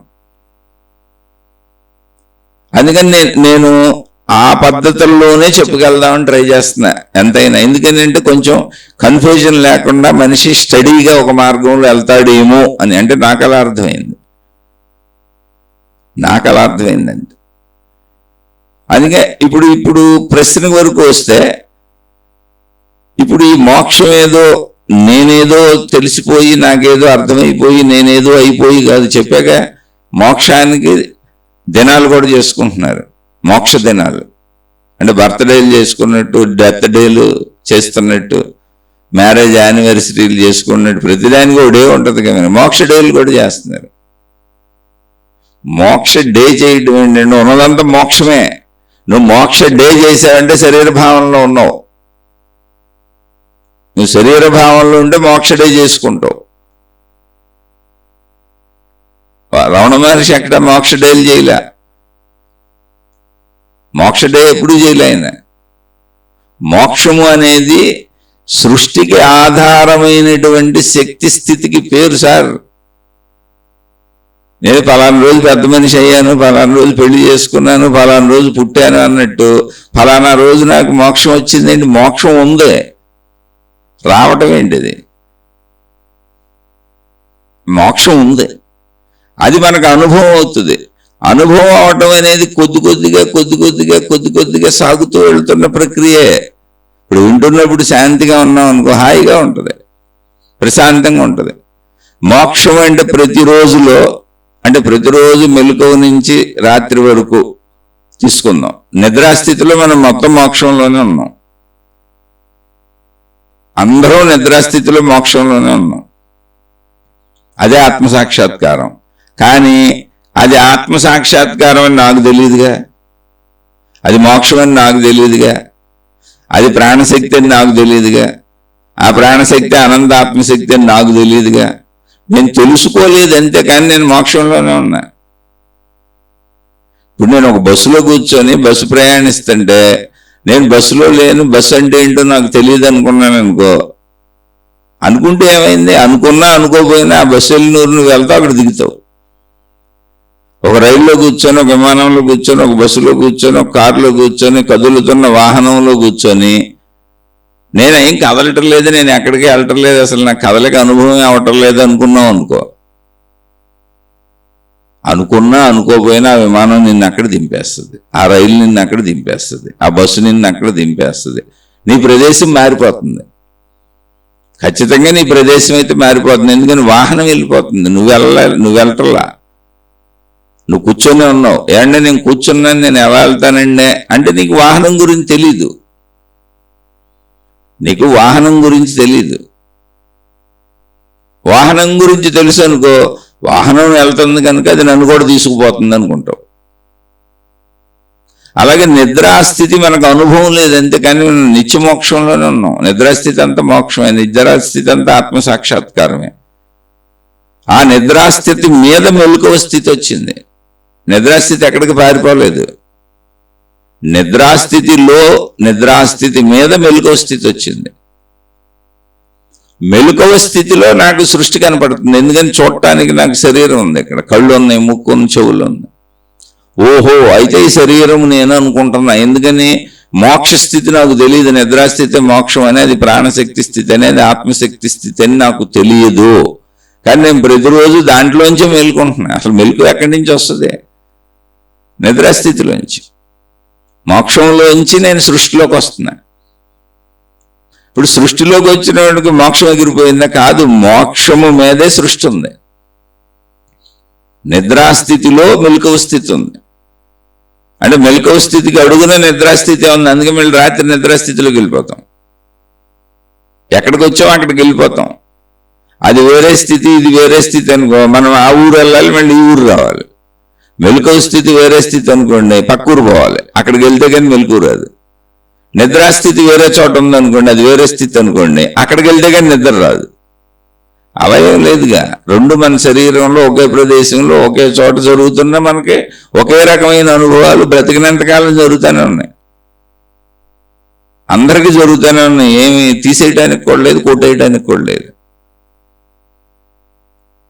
నిద్రాస్థితి నాదే, మెలకువ స్థితి నాదే. ఎక్కడొచ్చింది? నిద్రాస్థితిలోనే. ఎక్కడ నిద్రాస్థితి వచ్చిందో అక్కడ మెలకువ స్థితి వచ్చింది. ఎక్కడ మెలకువ స్థితి సాగిందో అక్కడ నిద్రాస్థితి వచ్చింది. అంటే రెండు ఒకే చోట ఒకే సమయంలో ఉన్నాయి. నువ్వు ఒకే సమయంలో ఒకే చోట వాటిని గుర్తించలేకపోతున్నావు, వేరువేరుగా గుర్తిస్తున్నావు, అంతే తేడా. మెలకువ స్థితిని గుర్తిస్తున్నావు, ఎందుకని? శరీరము నేనని మేల్కొన్నాను అనుకుంటున్నావు. నిద్రాస్థితిని గుర్తించట్లా, ఎందుకంటే అసలు శరీరము నేనన్న భావంలో నిద్రపోయింది. శరీరం నిద్రపోయింది, మనసు నిద్రపోయింది. నిద్రాస్థితిని నువ్వు పట్టించుకోవట్లే, గమనించట్లే. ఇప్పుడు మనం మాట్లాడుకునేది మొత్తం అంతా ఆత్మశక్తి అంతా నిద్రాస్థితి గురించి. అది బయటిది కాదు, లోపల. అందుకే ఆధ్యాత్మికత, వ్యక్తిగతం నీ లోపలికి వెళ్ళకపోతే నువ్వు మతంతో ఎంతసేపు బయట తిరిగినా, ఎంత సమూహంలో తిరిగినా, నువ్వు గురువుతో ఎంతసేపు బయట తిరిగినా, ఎంత సమూహంతో తిరిగినా, ఎన్ని జ్ఞాన గ్రంథాలు తిరిగినా, ఎన్ని పుణ్యక్షేత్ర యాత్రలు చేసినా, నువ్వు బయట ఎంత తిరిగినా నీకు అసలు ఎప్పటికీ తెలియదు. ఎందుకంటే ఆల్రెడీ నీకు ఉన్నదే తెలియట్లేదుగా. నిద్రాస్థితి ఎక్కడ ఉందో మెలకువ స్థితి అక్కడే ఉంది. మెలకువ స్థితి ఎక్కడ ఉందో అక్కడే నేనున్నాను అంటున్నావు నువ్వు. నేను ఈ శరీరం అని ఏమంటున్నావు? ఎక్కడ అంటున్నావు? మెలకువ స్థితి ఎక్కడ ఉందో అక్కడ అంటున్నావు. మెలకువ స్థితి ఎక్కడ వచ్చిందో నిద్రాస్థితి అక్కడే ఉంది. అంటే నిద్రాస్థితి మారలేదు, మెలకువ స్థితి మారలేదు, శరీర స్థితి మారలేదు, నేనన్న స్థితి మారలేదు, నేనన్న భావన మారలేదు, అన్నీ అక్కడే ఉన్నాయి. నేను గుర్తిస్తున్న ప్రపంచం మొత్తం ఎక్కడ ఉంది? నేను దగ్గర ఉంది. అంతా ఒక చోటే ఉంది. అది సమస్తం ఒక చోట ఉంది. ఆ సమస్తం ఒక చోటే ఉందని నీకు నేర్పడానికి అనేక రకాల తంటాలు పడ్డారు మహాత్ములు. అది నువ్వేం చెప్పడానికి. ఆ అనేక రకాల తంటాలని అర్థం చేసుకోలేనటువంటి వాళ్ళు వచ్చి వాటిని అనేక రకాలుగా వ్యాప్తి చేసుకుంటూ భేదత్వాలు సృష్టించుకుంటూ అది బయట ఉన్నట్టుగా బయటకు తిప్పుతున్నారు మనుషులందరినీ. బయట ఎక్కడుంది? అది నిద్రాస్థితి అక్కడే ఉంది. మెలకువ స్థితి, నిద్రాస్థితి ఎక్కడుందో మెలకువ స్థితి అక్కడే ఉంది. మెలకువ స్థితి ఎక్కడ ఉందో నేనన్న స్థితి అక్కడే ఉంది. నేనన్న స్థితి ఎక్కడ ఉందో భయం అక్కడే ఉంది, బాధ అక్కడే ఉంది, దుఃఖం అక్కడే ఉంది, సుఖం అక్కడే ఉంది, సమస్తం అక్కడే ఉంది. అసలు ప్రపంచం మొత్తాన్ని అనుభవిస్తున్న అనుభవం అక్కడే ఉంది. నేను అక్కడే ఉన్నాను. అక్కడ నేను లేకపోతే అసలు ప్రపంచమే లేదు, సృష్టి లేదు. అందుకని నిద్రాస్థితిలో లేదుగా. అంటే ఇప్పుడు సృష్టి స్థితి ఎక్కడ ఉంది? అక్కడే ఉంది. అది కూడా నేను మేలుకోకపోతే అసలు సృష్టి ఉందని నాకు తెలియదు. అంటే ఇప్పుడు మెలకువ స్థితి ఎక్కడుంది? నిద్రాస్థితిలో ఎక్కడుందో అక్కడే ఉంది. మేలుకుంటే కదా సృష్టి ఉందని నాకు తెలిసింది. కాబట్టి సృష్టి స్థితి ఎక్కడుంది? ఎక్కడ మెలకువ స్థితి ఉందో అక్కడే ఉంది. సృష్టి స్థితి ఎక్కడ ఉందంటే మెలకువ స్థితి ఎక్కడ ఉందో అక్కడ ఉంది. మెలకువ స్థితి ఎక్కడ ఉందంటే నిద్రాస్థితి ఎక్కడ ఉందో అక్కడ ఉంది. ఏది అసలు మాటలు మొత్తం ఒక చోటే ఉన్నాయి. దాన్ని అర్థం చేసుకునేటువంటి దమ్ము కావాలి. అంటే ప్రయత్నించాలి. దమ్మేమి పెద్ద విషయం, బలం కాదు, బలాలు ఎత్తటం కాదు, అది అవగాహన శక్తి. అంటే శరీర భావంలో ప్రాపంచిక స్థితిలో ఎంత బాగా ఇరుక్కుపోయి ఉంటావో అంత నీకు ఇది అర్థం కాదంతే, ఏమీ లేదు. ఎవరైనా చూసుకోండి, అసలు మళ్ళీ మళ్ళీ మళ్ళీ చెప్పుకుందాం, మళ్ళీ పరిశీలించుకుందాం. ఒకసారి గమనించుకోండి. మెలకువ స్థితి ఎక్కడొచ్చింది? నిద్రాస్థితి పారిపోయిందా? నిద్రాస్థితి ఎక్కడో ఉందా? ఆ ఎక్కడోది పోతే ఈ మెలకువ స్థితి వచ్చిందా? కాదుగా. నిద్రాస్థితి ఎక్కడుందో ఆ నిద్రాస్థితిలోనే మెలకువ స్థితి వచ్చింది. ఆ నిద్రాస్థితిలోంచే మెలకువ స్థితి వచ్చింది. అంటే రెండు ఒకే చోట ఉన్నాయి. రూఢిపరుచుకోండి, అవునో కాదు. అదే తపస్సు, అదే ధ్యానం. రూఢిపరుచుకోండి. మెలకువ స్థితి ఎక్కడుందో అంటే మెలకువ వచ్చినాకేగా నేను అని తెలిసింది. అంటే నేను అక్కడే ఉంది. నేనెక్కడుందో మనసు అక్కడే ఉంది. లక్షల కోట్ల విషయాలు కలిగిన మనసు అక్కడే ఉంది. ఆ నేనులోనే ఉంది. కానీ మనం నా మనసు అంటాం. కాదు, అది అక్కడే ఉంది. మెలకువ స్థితి మళ్ళీ మొదటి నుంచి వస్తున్న, జాగ్రత్తగా అర్థం చేసుకోండి. మెలకువ స్థితి ఎక్కడి నుంచి వచ్చింది? నిద్రాస్థితిలోంచి వచ్చింది. నిద్రాస్థితిలోనే వచ్చింది. ప్లేస్ ఏం మారల, ప్రదేశం ఏం మారల. గమనించుకో, లోపలికి వెళ్ళి. అందుకే ఆధ్యాత్మికత లోపలికి వెళ్ళాలి, వ్యక్తిగతం, అంతరంగం. మెలకువ స్థితి ఎక్కడొచ్చిందో అక్కడే నేను ఉంది. నేననే భావన వచ్చింది. నేననేది ఎక్కడుందో అక్కడే మొత్తం నాకు సంబంధించిన మనసు, సృష్టి అంత ఉంది. ఎక్కడ ప్లేసులు మారల, అన్నీ ఒకే దాంట్లో ఉన్నాయి. ఒకటే అది. మాట్లాడుకునేటప్పుడు అనేకంగా ఉంది, కానీ మొత్తం ఒకటే ప్లేస్ అది. ఒకటే ప్లేస్ అది. అదే నిద్ర, అదే మెలకువ, అదే నేను, అదే మనసు. ఇప్పుడు సృష్టిని గుర్తిస్తుంది ఎవరో? నేనని ఇప్పుడు శరీరం ఎక్కడుంది? అక్కడే ఉంది. నేనన్న శరీరం ఎక్కడుంది? అక్కడే ఉంది. నాదన్న మనసు ఎక్కడుంది? అక్కడే ఉంది. ఎలా ఉంది? అదే ఉంది. మరి శరీరం అదే ఉంది. అదే ఉండిపోతే నేను అనిపించదుగా. ఇది కూడా అదే ఉంది. ఈ శరీరంతో గ్రహిస్తున్న సృష్టి ఎక్కడుంది? అక్కడే ఉంది. అది కూడా అక్కడే ఉంది. ఇప్పుడు గ్రహించే శరీరము లేకపోతే సృష్టి లేదు. సృష్టి లేదు. దానికి కన్ఫ్యూజన్ అక్కర్లా. నిద్రలో అదే జరుగుతుంది. సృష్టిని వదిలేశాను అంటే ఒకే దాంట్లో ఇన్నున్నాయి. ఆఖరిది సృష్టి. ఇప్పుడు సృష్టిని వదిలేశాను. నిద్రకి వెళ్ళేటప్పుడు ఏం చేశాను? సృష్టిని వదిలేశాను. చూడండి, మనం అన్నీ వదిలేసి మంచం ఎక్కుతాం అంటే సృష్టిని వదిలేశాను. మంచం ఎక్కినాక మళ్ళీ ఉంది నా ఇల్లు, నాది, ఇది, ఈ సృష్టి ఉంది. కొంత ఉంది అంటే సృష్టిని మొత్తం వదిలేలా కొంత ఉంది. నిదానంగా దాన్ని వదిలేసి కళ్ళు మూతలు పడతా ఉంటాయి. అంటే సృష్టిని వదిలేస్తూ ఉన్నాను. హఠాత్ పరిణామం కాదు అది. వదిలేస్తూ ఉన్నాను. అలా వదిలేస్తూ ఉండగా ఏమైంది? ఇప్పుడు సృష్టిని వదిలేశాను. సృష్టిని వదిలేసినాక నేను అన్న శరీర భావం వదిలేశాను. బయట సృష్టి అంటే బయట మనకు కనపడుతున్న, గ్రహిస్తున్న సృష్టిని వదిలేసాం. ముందు నేననే శరీరాన్ని బయటకు వెళ్ళాం. అక్కడ సృష్టి ఉంది. మళ్ళీ సృష్టి, శరీరం సృష్టిగా. నా ఇల్లు ఇవన్నీ ఉన్నాయిగా. దీన్ని ఎత్తుకెళ్ళి మంచం మీద పడేసాం. మంచం ఇదంతా సృష్టిగా, ఇల్లు సృష్టిగా. నిదానంగా ఆ సృష్టిని కూడా మర్చిపోతున్నాం. మంచాన్ని మర్చిపోతున్నాం, ఇల్లుని మర్చిపోతున్నాం, పక్కనే ఉన్న భార్య పిల్లల్ని మర్చిపోతున్నాం, భర్త పిల్లల్ని మర్చిపోతున్నాం, విత్డ్రా అయిపోతున్నాం. అలా అన్ని సృష్టిని విత్డ్రా అవుతూ నా శరీరము నేను అనే భావన కూడా విత్డ్రా అయిపోయింది. అంటే శరీరం కూడా విత్డ్రా అయిపోయింది. ఇప్పుడు అదే ప్రదేశంలో శరీర భావన లేదు, కానీ మనసు సంచరిస్తుంది. కలలుగా అంటున్నాను. కాసేపటికి మనసును కూడా విత్డ్రా అయిపోయింది. మనసును కూడా అదే ప్రదేశంలో మనసును కూడా అది విత్డ్రా చేసేసుకుంది. అంటే అదే ప్రదేశంలో మనసు విలీనమైపోయింది. మనసు లేదు. ఇప్పుడు మనో ఉత్పత్తి లేదు. గాఢ నిద్రలోకి వెళ్ళిపోయాను. ఇప్పుడు సృష్టి లేదు, నేను లేను. అంటే శరీరము లేదు, నేను లేను, నా మనసు లేదు, అసలు ఏమీ లేదు. మరి ఏముంది? ఏముందో అది ఉంది. దాన్నే ప్రాణశక్తి అన్నాడు. అంటే నిద్రాస్థితిలో నేను ఎక్కడున్నాను? అక్కడే ఉన్నాను. మెలకువ ఎక్కడొచ్చింది? అక్కడే వచ్చింది. వచ్చిన మెలకువ నేను ఈ శరీరం అనే భావన ఎక్కడొచ్చింది? అక్కడే వచ్చింది. ఈ శరీరం, ఈ సృష్టిని గుర్తించే ఈ శరీరం మొత్తం సృష్టిని చూస్తుంది. సృష్టి ఎక్కడ ఉంది? ఇప్పుడు ఇక్కడే ఉంది. నేను గుర్తించకపోతే సృష్టి లేదుగా. నేను వినకపోతే శబ్దం లేదు, నేను చూడకపోతే దృశ్యం లేదు, నేను తినకపోతే రుచి లేదు, నేను అనుభవించకపోతే స్పర్శ లేదు.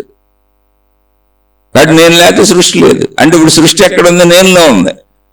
గ్రహించబడుతున్న సృష్టి నేనులోనే ఉంది, గ్రహించిన సృష్టి నేనులోనే ఉంది. అంటే మొత్తం ఎక్కడుంది? ఇప్పుడు అక్కడే ఉంది, ఒకే ప్రదేశంలో ఉంది. ఏంటి ఆ ప్రదేశపు మూలం ఏంటి? నిద్రాస్థితి. ఆ మూలాన్ని తెలుసుకుంటే అదే ప్రాణశక్తి అని తెలిసింది. అంతా అన్నీ అక్కడే ఉన్నాయి.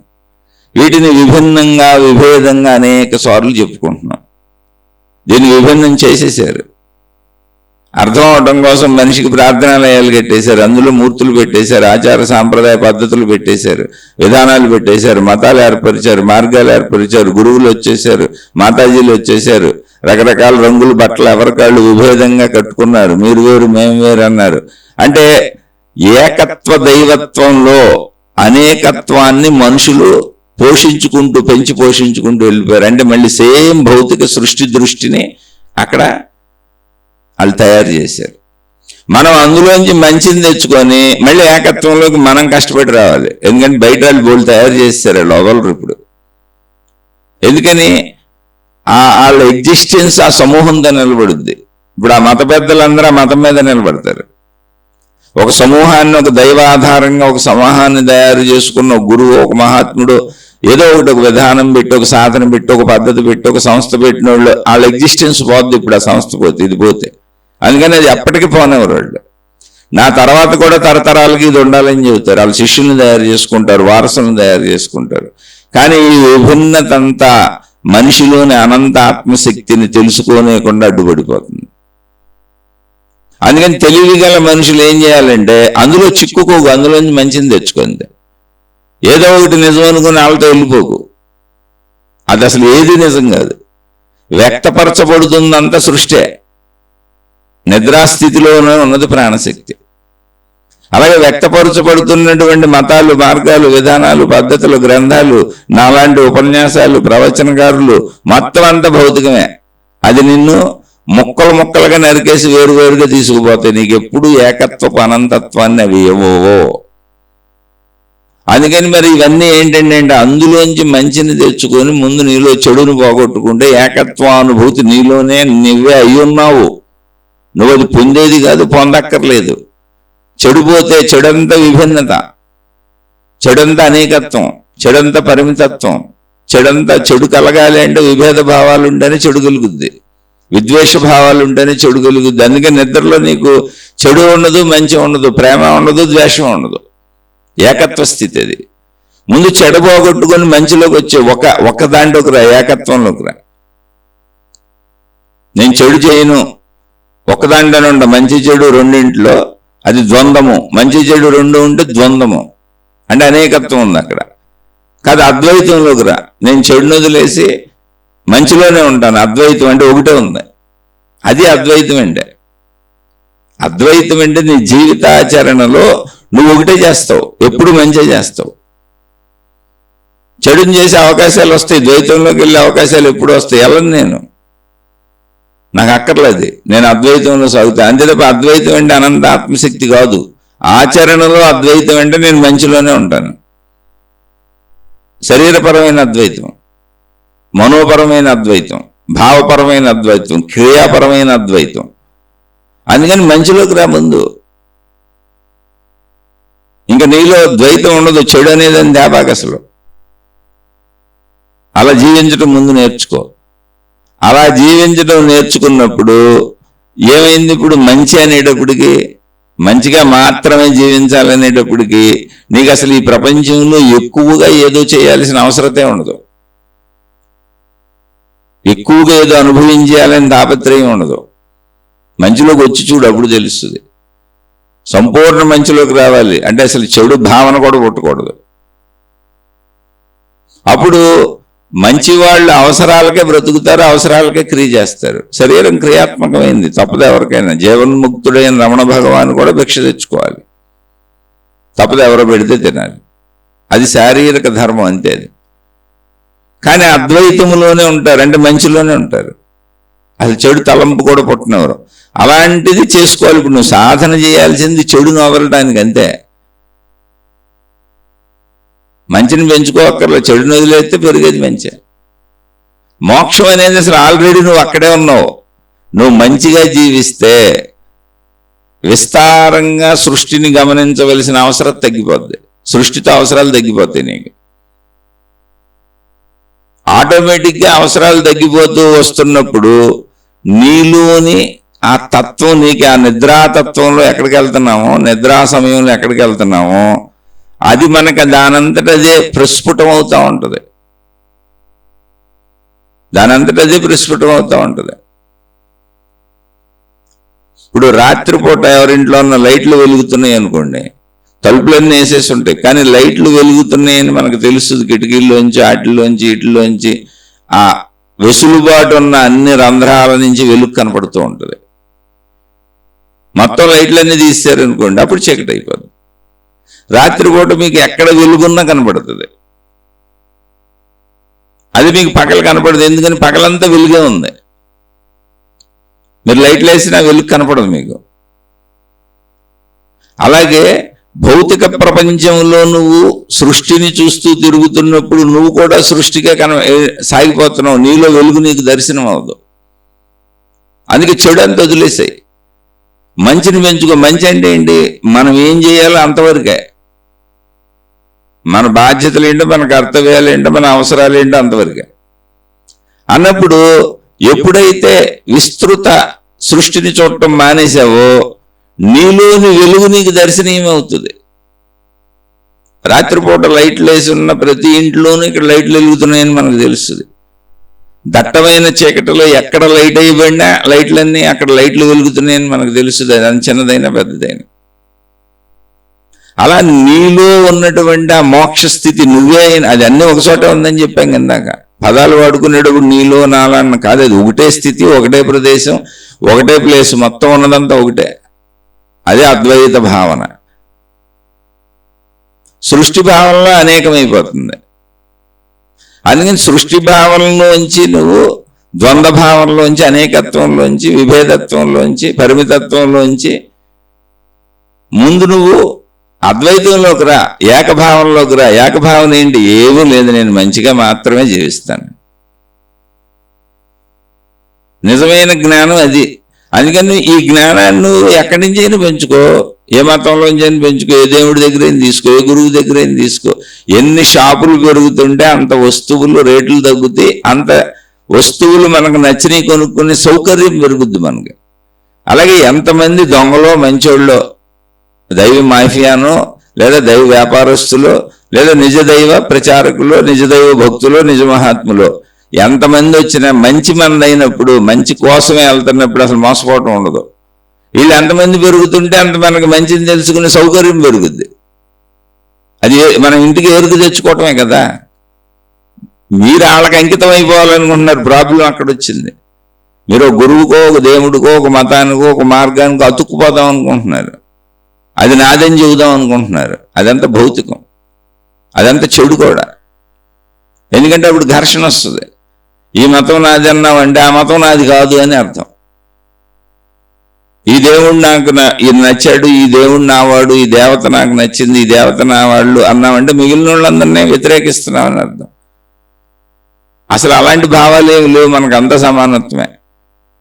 మొత్తం దైవశక్తి, ఎవరేం చెప్పినా అంత సమానత్వమే. అంటే మంచి అంటే అది అద్వైతము. భావనలో కూడా నువ్వు అద్వైతంగానే జీవించాలి. నాది ఈ మతం అన్నావంటే ద్వైతం, బోల్డ్ మతాలు వచ్చేసినాయి. లేలబాగా అది వ్యవహార శైలిలో తీసుకో, అంతే తప్ప ద్వైత అద్వైతాలు ఏదో ఉపన్యాసాలకి చెప్పుకోవడం కాదు. ఆచరణలో తీసుకో. ఆచరణలో అద్వైతం. ఏ దేవుడైనా నాకు ఒకటేనండి అన్నప్పుడు అద్వైతం. అనేక మంది లేరు అసలు అక్కడ. అదంతా దైవశక్తి. మీరు ఎన్ని అనేకంగా చెప్పుకున్నా నేను దాన్ని ఏకంగానే చూస్తాను. అనేక మతాలు ఎన్ని చెప్పినా నేను ఏకమే, అందులో మంచిని తీసుకుంటా. ఇప్పుడు అనేక మతాల్లో నేను తీసుకునేది ఒకటే, మంచి, అద్వైతం. అనేక దేవుళ్ళు నేను తీసుకునేది ఒకటే, మంచి, అద్వైతం. అనేక మంది గురువులు నేను తీసుకునేది ఒకటే, మంచి, అద్వైతం. అనేక రకాల సాధనా మార్గాలు నేను తీసుకునేది ఒకటే, మంచి, అద్వైతం. అనేక రకాల జ్ఞాన గ్రంథాలు నేను తీసుకునేది ఒకటే, మంచి, అద్వైతం. అనేక మంది ప్రవచనకారులు, అనేక రకాల ప్రవచనాలు, అనేక రకాల విశేషాలు, విషయాలు, అబ్బబ్బో రకరకాల బోధలు, అందులోంచి నేను తీసుకునేది ఒకటే మంచి. అన్నింటిలోంచి నేను ఒకటే తీసుకుంటా, అద్వైతం మంచి. నాలో కూడా ఒకటే ఉంచుకుంటా, మంచినే ఉంచుకుంటా, అద్వైతం. చెడుని తీసేస్తా. అప్పుడు చీకటిలో ఎక్కడ వెలుగున్నా దానంతటది ఎంత దూరానికైనా ఎలా కనపడుతుందో, చీకటిలో వెలుగు నీకు కనపడినట్టు, అంటే ఎక్కడ లైట్ వేసినా నీకు కనపడుతుంది, ఎక్కడ మంట మండించినా నీకు కనపడుతుంది, ఎక్కడ ఏ చిన్న వెలుగుకు సంబంధించిందైనా నీకు కనపడుతుంది చీకటిలో. అలాగే భౌతిక ప్రపంచాన్ని చెడును వదిలేసే, చెడును వదిలే కానీ భౌతిక ప్రపంచం తగ్గిపోద్ది, భౌతిక ప్రపంచ విషయాలన్నీ తగ్గిపోతాయి. జస్ట్ నీ అవసరానికి జీవిస్తావు అంతే. అవసరం ఏంటంటే మళ్ళీ నీ కుటుంబాన్ని బాధ్యతలన్నీ చక్కగా చేసుకుంటావు, బోల్డ్ టైం మిగిలిపోద్ది, విపరీతమైన లాలసలన్నీ తగ్గిపోతాయి. అంటే అది ధర్మంలో మంచిలోకి వచ్చిన వాళ్ళకి తెలుస్తుంది, ఊరిని చెప్పుకుంటాడు తెలుస్తుంది. అందుకే ఇప్పుడు మీ అనుభవం ఏంటంటే చెబుతున్నా, అలా తగ్గిపోయింది నాకు, అందుకే చెబుతున్నా. నేనేం ప్రయత్నాలు చేయలే, మంచిగా ఉండే ప్రయత్నమే చేశాను. నా దగ్గర డబ్బులు ఉన్నప్పుడు అందరికీ చక్క పెట్టా, అందరినీ చుట్టూ ఉన్న వాళ్ళని బాగా చూసా. దాచేసుకోవాలని నాకేం అనిపించలే. ఇప్పుడు కూడా మా ఇంట్లో వాళ్ళు అంటారు, నువ్వు జీవితకాలం మౌనం పెట్టుకొని ఇదంతా వదిలేసావు, ఎంతమందికి ఎన్ని పెట్టావు, కోట్లు కోట్లు ఖర్చు పెట్టావు, నువ్వు అవి దాసి ఉంటే వాళ్ళ జీవితాలు అద్భుతంగా ఉండేవి. అసలు దాసి ఉంటే నాకు ఈ శాంతి ఎందుకు ఉండేది? డబ్బు దాయాలన్న తపన ఉండేది. అప్పుడు నేను వదిలేవాడిని కాదుగా. డబ్బు దాయాలన్న తపన పెరుగుతుంటే అసలు నేను వదిలేవాడిని కాదు, దాని వెనక పెరిగెత్తేవాడిని కాదు. ఏది జరగాల జరిగిందంతా కరెక్ట్గా జరిగింది. అప్పుడు అలా ఉన్నాను కాబట్టి ఇప్పుడు ఇలా ఉండగలుగుతున్నాను వదిలేసి. 5 సంవత్సరాల నుండి 6వ సంవత్సరం వచ్చింది. అయితే ఇదేం అద్భుతం కాదు, మంచిగా ఉన్నాను. ఇప్పుడు నేను టీ తాగుతుంటే నా ఎదురుగుండా ఎంతమంది ఉంటే అంతమందికి టీ ఇచ్చాను. అది నాకున్న ఇది అంతే, ఒకళ్ళు ఉంటే ఒకళ్ళకే. నేను భోజనం చేస్తుంటే ఎదురుగుండా ఉన్న వాళ్ళకి భోజనం పెట్టాను. నేను ఏది చేస్తే అది ఎదురు వాళ్ళతో పంచుకున్నాను. నాకు నా దగ్గర ఒకవేళ ధనం ఉండి నేను చెయ్యగలిగితే, మళ్ళీ ఇదేది దానికోసం పరుగులు తీయటం కాదు, ధనం ఉండి నేను ఒకవేళ చేయగలిగినప్పుడు చక్కగా నేను ఏం చేయగలిగినో అటువంటి సహాయాలు అందరికీ చేశాను. చేయగలిగినంత, శక్తికి మించి కాదు, మళ్ళీ చెబుతున్నా, అప్పులు చేసి కాదు, దానికోసం నేను వ్యయ ప్రయాసలకు వచ్చి కాదు. అలా నా దగ్గర వనరులు వసతులు ఉన్నప్పుడు నాకు తెలిసిన అందరితో మంచిగానే ఉన్నాను, అన్ని విషయాల్లో మంచిగా ఉన్నాను, కుటుంబ సభ్యుల నుంచి బంధుమిత్రులు స్నేహితుల వరకు. అందుకే నాకు ఎవరు విరోధి లేడు, అసలు నాకు అసలు విరోధులే లేరు. అందుకని నా మనస్సులో విరోధ భావం ఉండదు, ఒకటే ఉంటుంది, అద్వైతం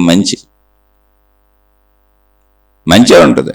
ఇప్పుడు కూడా కుదిరితే మంచి చేస్తాను, కుదరకపోతే ఇంట్లో కూర్చుంటాను. ఇప్పుడు నా దగ్గర అది వరకు విపరీతమైన డబ్బు ఉండేది, అంటే వ్యాపారాలు చేసేవాడిని, కోట్లకు సంబంధించిన వ్యాపారాలే, కుటుంబ సంబంధ వ్యాపారాలు. కుటుంబం అంతా ఒకటే అనుకుని అందులోనే సాగాం. తర్వాత ఏదో గొడవలు వచ్చినాయి, కుటుంబం అంతా ఒకటి కాదు అని చెప్పారు. ఓహో సరే ఓకే అయితే మీరు తీసుకోండి అని పక్క వచ్చేసాను. నేనున్నంతకాలం ఒకటే అనుకున్నాను, ఇప్పుడు కూడా కుటుంబం అంటే ఒకటే అనుకుంటాను నేను. అయితే కుటుంబం అంతా ఒకటి కాదు అని చెప్పిన వాళ్ళ దగ్గరికి వెళ్ళి వాళ్ళని బాధ పెడతాం ఎందుకు? నా దృష్టిలో ఒకటే కాబట్టి అని చేసి పెట్టాను వాళ్ళకి. నాకంటే ఎక్కువ సంపదలన్నీ వాళ్ళకే ఉన్నాయి, చేసింది నేనే, కానీ సంపదలన్నీ వాళ్ళ దగ్గరే ఉన్నాయి. మాది అన్నారు, మీకే అని ఇచ్చేసి వచ్చేసాను, ఎందుకంటే నేను చేసింది వాళ్ళదే. అదంటే కుటుంబం అనుకున్నాను. ఇప్పుడు తల్లి తండ్రి వేరేనే అసలు భావనే రాదుగా ఎవరికి, వాళ్ళ దగ్గర పెరుగుతాం. ఇప్పుడు నా పిల్లలకి ఆ భావన లేదు. సరే ఏ వచ్చినాయి, జరిగింది ఓకే. అయితే జీవితంలో ఏంటంటే ఎప్పుడూ మంచిగా ఉండటం వలన ఏది పోయినా మంచిపోవాలి నాలో. ఇప్పుడు ఆ పోవటం ఏంటి, పోయింది ఏం పోయింది? డబ్బు పోయింది, నాకు ఎంత పోయింది. వ్యాపారం వదలడం వల్ల ఏం జరిగింది? డబ్బు పోయింది. డబ్బు ఉన్నా పోగొడతానే ఉన్నా నేను. నా చుట్టూ ఉన్న అందరికీ ఖర్చు పెడుతున్నా, అందరికీ ఇస్తున్నా, అందరికీ మేలు చేస్తున్నా, నా బంధుమిత్రులందరికీ మేలు చేస్తున్నా. లేదు నేను దాచుకోవాలి అనే భావన నాకుంటే అసలు నేను వదిలేవాడిని కాదు, ఈ వైపు వచ్చేవాడిని కాదు, ఈ జ్ఞానం తెలుసుకునేవాడిని కాదు. మా వాళ్ళు అందరూ చాలా మంది అంటారు, స్నేహితులు అంటారు, బంధువులు అంటారు, ఇప్పుడు మా ఇంట్లో వాళ్ళు అంటారు, నువ్వు అనవసరంగా వదిలేసావు, పని వదిలితే వదిలేవు, ఇది ఇంతకుముందు దాచి ఉంటూ పోయేది. ఎందుకంటే నేను ఖర్చు పెట్టిన డబ్బు కోటాను కోట్లే, అంటే ఏ 100 కోట్లు కాదు, ఖచ్చితంగా 20-30 కోట్లు ఖర్చు పెట్టాను. ఇప్పుడు 1 కోటి అంటే అసలు నాకు 1,00,000 నాకు చాలా ఎక్కువ, 1000 రూపాయలు చాలా ఎక్కువ ఇప్పుడు నాకు. ఎందుకు ఎక్కువ? నా కుటుంబం ఉంది కాబట్టి. అది మళ్ళీ నాకు ఆశ లేదు. ఇవన్నీ చేస్తే ఎలా అర్థమవుతుంది? నువ్వు ఆచరించుకుంటూ వెళ్తే జీవితంలో వస్తాయి. మీరు ఏం చేశారు, మీకేం సమకూరింది, ఆ స్థితి సమకూరితే మీరు ఏమేమి సాధనలు చేశారు? ఏమీ లేదు. నాకు అన్ని బాగున్నప్పుడు అందరికీ సాయం చేసి, ఇప్పుడు కూడా, ఈ రోజు కూడా, ఇప్పుడున్న స్థితిలో కూడా నేనేం చేయగలనో చేస్తూ ఉంటా. మాకు ఇంట్లో చెట్లు, కొబ్బరి చెట్లు ఉంటాయి, కొబ్బరికాయలు కాస్తాయి. కొబ్బరికాయలు మా దగ్గరికి వచ్చిన వాళ్ళకి, మా చుట్టూ ఉన్న వాళ్ళకి ఎన్ని ఉంటే అన్నీ ఆ సొంతంతా పంచుతూ ఉంటారు, ఇచ్చేస్తుంటారు ఎవరికాళ్ళకి. మేమేం చేసుకోం, కొబ్బరికాయ చాలు మాకు. చాలా మంది అంటారు, లేనితనంలోకి వచ్చావు కదా, కొబ్బరికాయలు అమ్మేసుకోవచ్చు కదా, వస్తువులు అమ్మేసుకోవచ్చు కదా. నాకు అమ్మాలనిపించట్లేదు, అంతే, సింపుల్. ఏముందంటే అందుకని మీ రొటీన్ జీవితంలోనే ఉంది ఆచరణ అంతా, మంచి అంతే. నీ భావంలో మంచి. ఎక్కడికెక్కడ ప్రతి దాంట్లో లోపత్వం, ఎత్తుక్కోవటం, గీకటం, ఎవరేమి ఇస్తారో చూడటం, ఆ భావాలు లేవు, నా దగ్గర పోయినాయి. మరి పోతే ఎలా బతుకుతారండి అంటే, ఏమో నేను బతుకుతున్నాను, నాకు అది వచ్చింది, అందులో నేను సాధన చేసింది ఏమీ లేదు. నాకు చిన్నతనంలోనే, నా చిన్న వయసులో, నాకు 5-6 సంవత్సరాల్లో మా అమ్మగారు చనిపోయారు. అప్పటి నుంచి ఇప్పటికీ నా మనస్తత్వంలో మార్పు ఏం లేదు. కాదు, చిన్నపిల్లలప్పుడు చిన్నపిల్లల గొడవలు, చిన్నపిల్లల ఆటలు, చిన్నపిల్లల అల్లర్లు అవన్నీ చేసుంటానండి. ఒక ఎదుగుదలలో మనిషి ఎన్ని తప్పులు చేస్తాడో అన్నీ చేశాను. ఎంత హాయిగా ఉంటాడో అంత హాయిగా ఉన్నాను, ఎంత ఆడుకుంటాడో అంత ఆడుకున్నాను, అన్నీ జరిగినాయి. ఎన్ని అనారోగ్యాలు రావాలో అయ్యే వచ్చినాయి. అన్నీ మామూలు మనిషికి ఎలా సాగుద్దో అలాగే సాగింది. కానీ నేను ఎప్పుడూ మంచిగా ఉండే ప్రయత్నం చేశాను. నాకు చిన్నతనం నుంచి ఇప్పటి వరకు విరోధులు లేరు. ఒకవేళ ఏదన్నా చిన్న చిన్న ఆటల్లో గొడవ వచ్చి విరోధం వచ్చినా వెంటనే మళ్ళీ తర్వాత నేను వెళ్ళి మాట్లాడతాను, కలుస్తాను, వాళ్ళ ఇంటికి వెళ్తాను, మళ్ళీ మైత్రి ఉంటుంది. అసలు ఎవరితోనూ కొనసాగింపు విరోధం నాకు ఉండదు. ఇప్పుడు తాత్కాలిక విరోధం కూడా ఉండదు. ఏదో ఆటపాటల్లో చిన్నప్పుడు ఉండొచ్చు. అలాగే అప్పటి నుంచి కూడా ఏదో దాసేయాలి, ఏదో పోగేసేయాలి, ఏదో పేరు సంపాదించుకోవాలి, అవి లేవు. అసలు భావాలు ఎందుకు లేవో నాకు తెలియదు. ఇప్పుడు లేవు, అప్పుడు లేవు. కానీ ఎప్పుడు ఏదన్నా మంచిగా ఉన్నాను. మంచి అంటే ఏంటి? నేను ఎవరిని మోసగించకుండా ఉన్నాను. 2, మంచి అంటే నా దగ్గర అధికంగా ఉన్నప్పుడు చుట్టూ ఉన్న అందరికీ బోల్డ్ చేశాను. ఎవరు ఇబ్బందుల్లో ఉంటే వాళ్ళకి నేనేం చేయగలను అది ఎప్పుడు చేశాను, ఇప్పుడు కూడా చేస్తాను. కానీ ఇప్పుడు డబ్బు లేదు. కానీ మీతో ఈ శీర్షికలు పంచుకుంటున్నా. ఇప్పుడు నాకు తెలుసు, ఇది నేను చెప్పగలను కాబట్టి చెబుతున్నా. ఇలా చేస్తా అంటే సమయం ఉంది, ఇప్పుడు ఖాళీ ఉంది, జీవితకాలం మౌనం పెట్టుకున్నా కాబట్టి ఖాళీ ఉంది, ఇంట్లోనే ఉన్నా. ప్రస్తుతానికి నేనే వ్యాపారాలు చేయట్లా, ఉన్నవన్నీ అమ్ముకొని తింటున్నాం. మా పిల్లలు ఏదైనా సెటిల్ అవ్వడానికి చివరి దశలో ఉన్నారు. వాళ్ళు సెటిల్ అయ్యి అంటే కాలం ప్రకృతి సహకరించి ఆ పిల్లలు సెటిల్ అయ్యి వాళ్ళకి ఏదైనా ఉద్యోగాలు వచ్చేసి, నేను ఆల్రెడీ మా అమ్మాయి అయిపోయింది, ఉద్యోగంలో జాయిన్ అయింది. అయితే ఇప్పుడే కొత్తగా జాయిన్ అయింది. ఆ ఉద్యోగాలు ఎంతకాలం ఉంటాయో సరిగ్గా తెలియదు. సాఫ్ట్వేర్ సైడ్లోకి వెళ్ళారు, ఉంచుతున్నారు, తీసేస్తున్నారా లేదో రకరకాల కంపెనీలు ట్రై చేసుకుంటున్నారు. ఇంకా పెళ్లి చేయాలి. వాళ్ళు కొంచెం సెటిల్ అయిపోయారనుకో, ఏముంది నాన్న ఇంత తిండి మీకు మేమే పెడతామన్నారు అనుకో, నేను ఇలా ముందుకెళ్ళిపోవచ్చు, మీకు ఇలా చెప్పుకుంటూ ముందుకెళ్ళిపోవచ్చు. అప్పుడు ఆధ్యాత్మిక విద్యాలయం మొదలు పెడతాను ఆ అవకాశం వస్తే. అంటే భవిష్యత్తులో ఒకవేళ ఇలాగే కూర్చునే అవకాశం అంటే, ఇప్పుడు కుటుంబ బాధ్యతలు ఉన్నాయి కాబట్టి ఇది చెప్పి మిగిలిన కుటుంబ బాధ్యతలు చేసుకుంటున్నాం. ఇంక సెటిల్ అవ్వలేదుగా పిల్లలు కాబట్టి అవి ఏదో అమ్ముకోవాలి, నేనే అమ్మాలి. ఇప్పుడు ఉన్నాయి అమ్ముకుంటున్నాం, ఏదో బాగున్న రోజుల్లో కొనుక్కునే ఉన్నాయి, బంగారాలను అయ్యానో అవన్నీ అమ్ముకొని తింటున్నాం అంతే. పిల్లల్ని చదివిస్తున్నాను వాడితో. కానీ అది ఎవరు చేయాలి? నేనే చేయాలి. పిల్లలు ఎక్కడో దూరంగా ఉండి చదువుకుంటున్నారు. మా అబ్బాయి ఇంకా చదువుతున్నాడు, మా అమ్మాయి చదువు అయిపోయింది, ఆల్రెడీ ఉద్యోగంలోకి వెళ్ళిపోయింది. కాకపోతే పెళ్లి చేయాలి. ఆవిడకి పెళ్లి చేసి కొంచెం ఆవిడ కొన్నాళ్ళు చూడాలి కదా, బాధ్యతలు ఉంటాయి కదా. అవన్నీ నాకు చాలా ఆనందం. ఎందుకంటే బయట మనుషులకి చేయటమే నాకు చాలా ఆనందం. మా ఇంట్లో వాళ్ళకి ఎలా చేశానో బయట వాళ్ళకి అలాగే అంతే ఎత్తులో సమానంగా చేశాను. ఎందుకంటే నా ఆలోచనలో భేదం రాదు. నా కూతురికి ఎక్కువ, పక్కవాడికి తక్కువ అనే భేదం రాదు నాకు. అదేంటో నాకు తెలియదు. అంటే నా వ్యక్తిగతాన్ని మీకు చెబుతున్నా. ఇప్పుడు ఎవరైనా మా బంధుమిత్రులు, మా అన్నదమ్ములు, మా అక్క చెల్లెళ్ళు, నాతో పరిచయస్తులు 100 వేలల్లో ఉండేవాళ్ళు. ఎప్పుడూ 100 మంది చుట్టూ ఉండేవాళ్ళు. సపోజ్ మా అబ్బాయితో కలిపి ఎవరినన్నా పంపుతున్నాను అనుకోండి, మా అబ్బాయి ఏం తింటాడో అదే తింటారు. మా అబ్బాయి ఫ్లైట్ ఎక్కితే మా చుట్టూ పనిచేసే వాళ్ళు అందరూ ఫ్లైట్లు ఎక్కారు.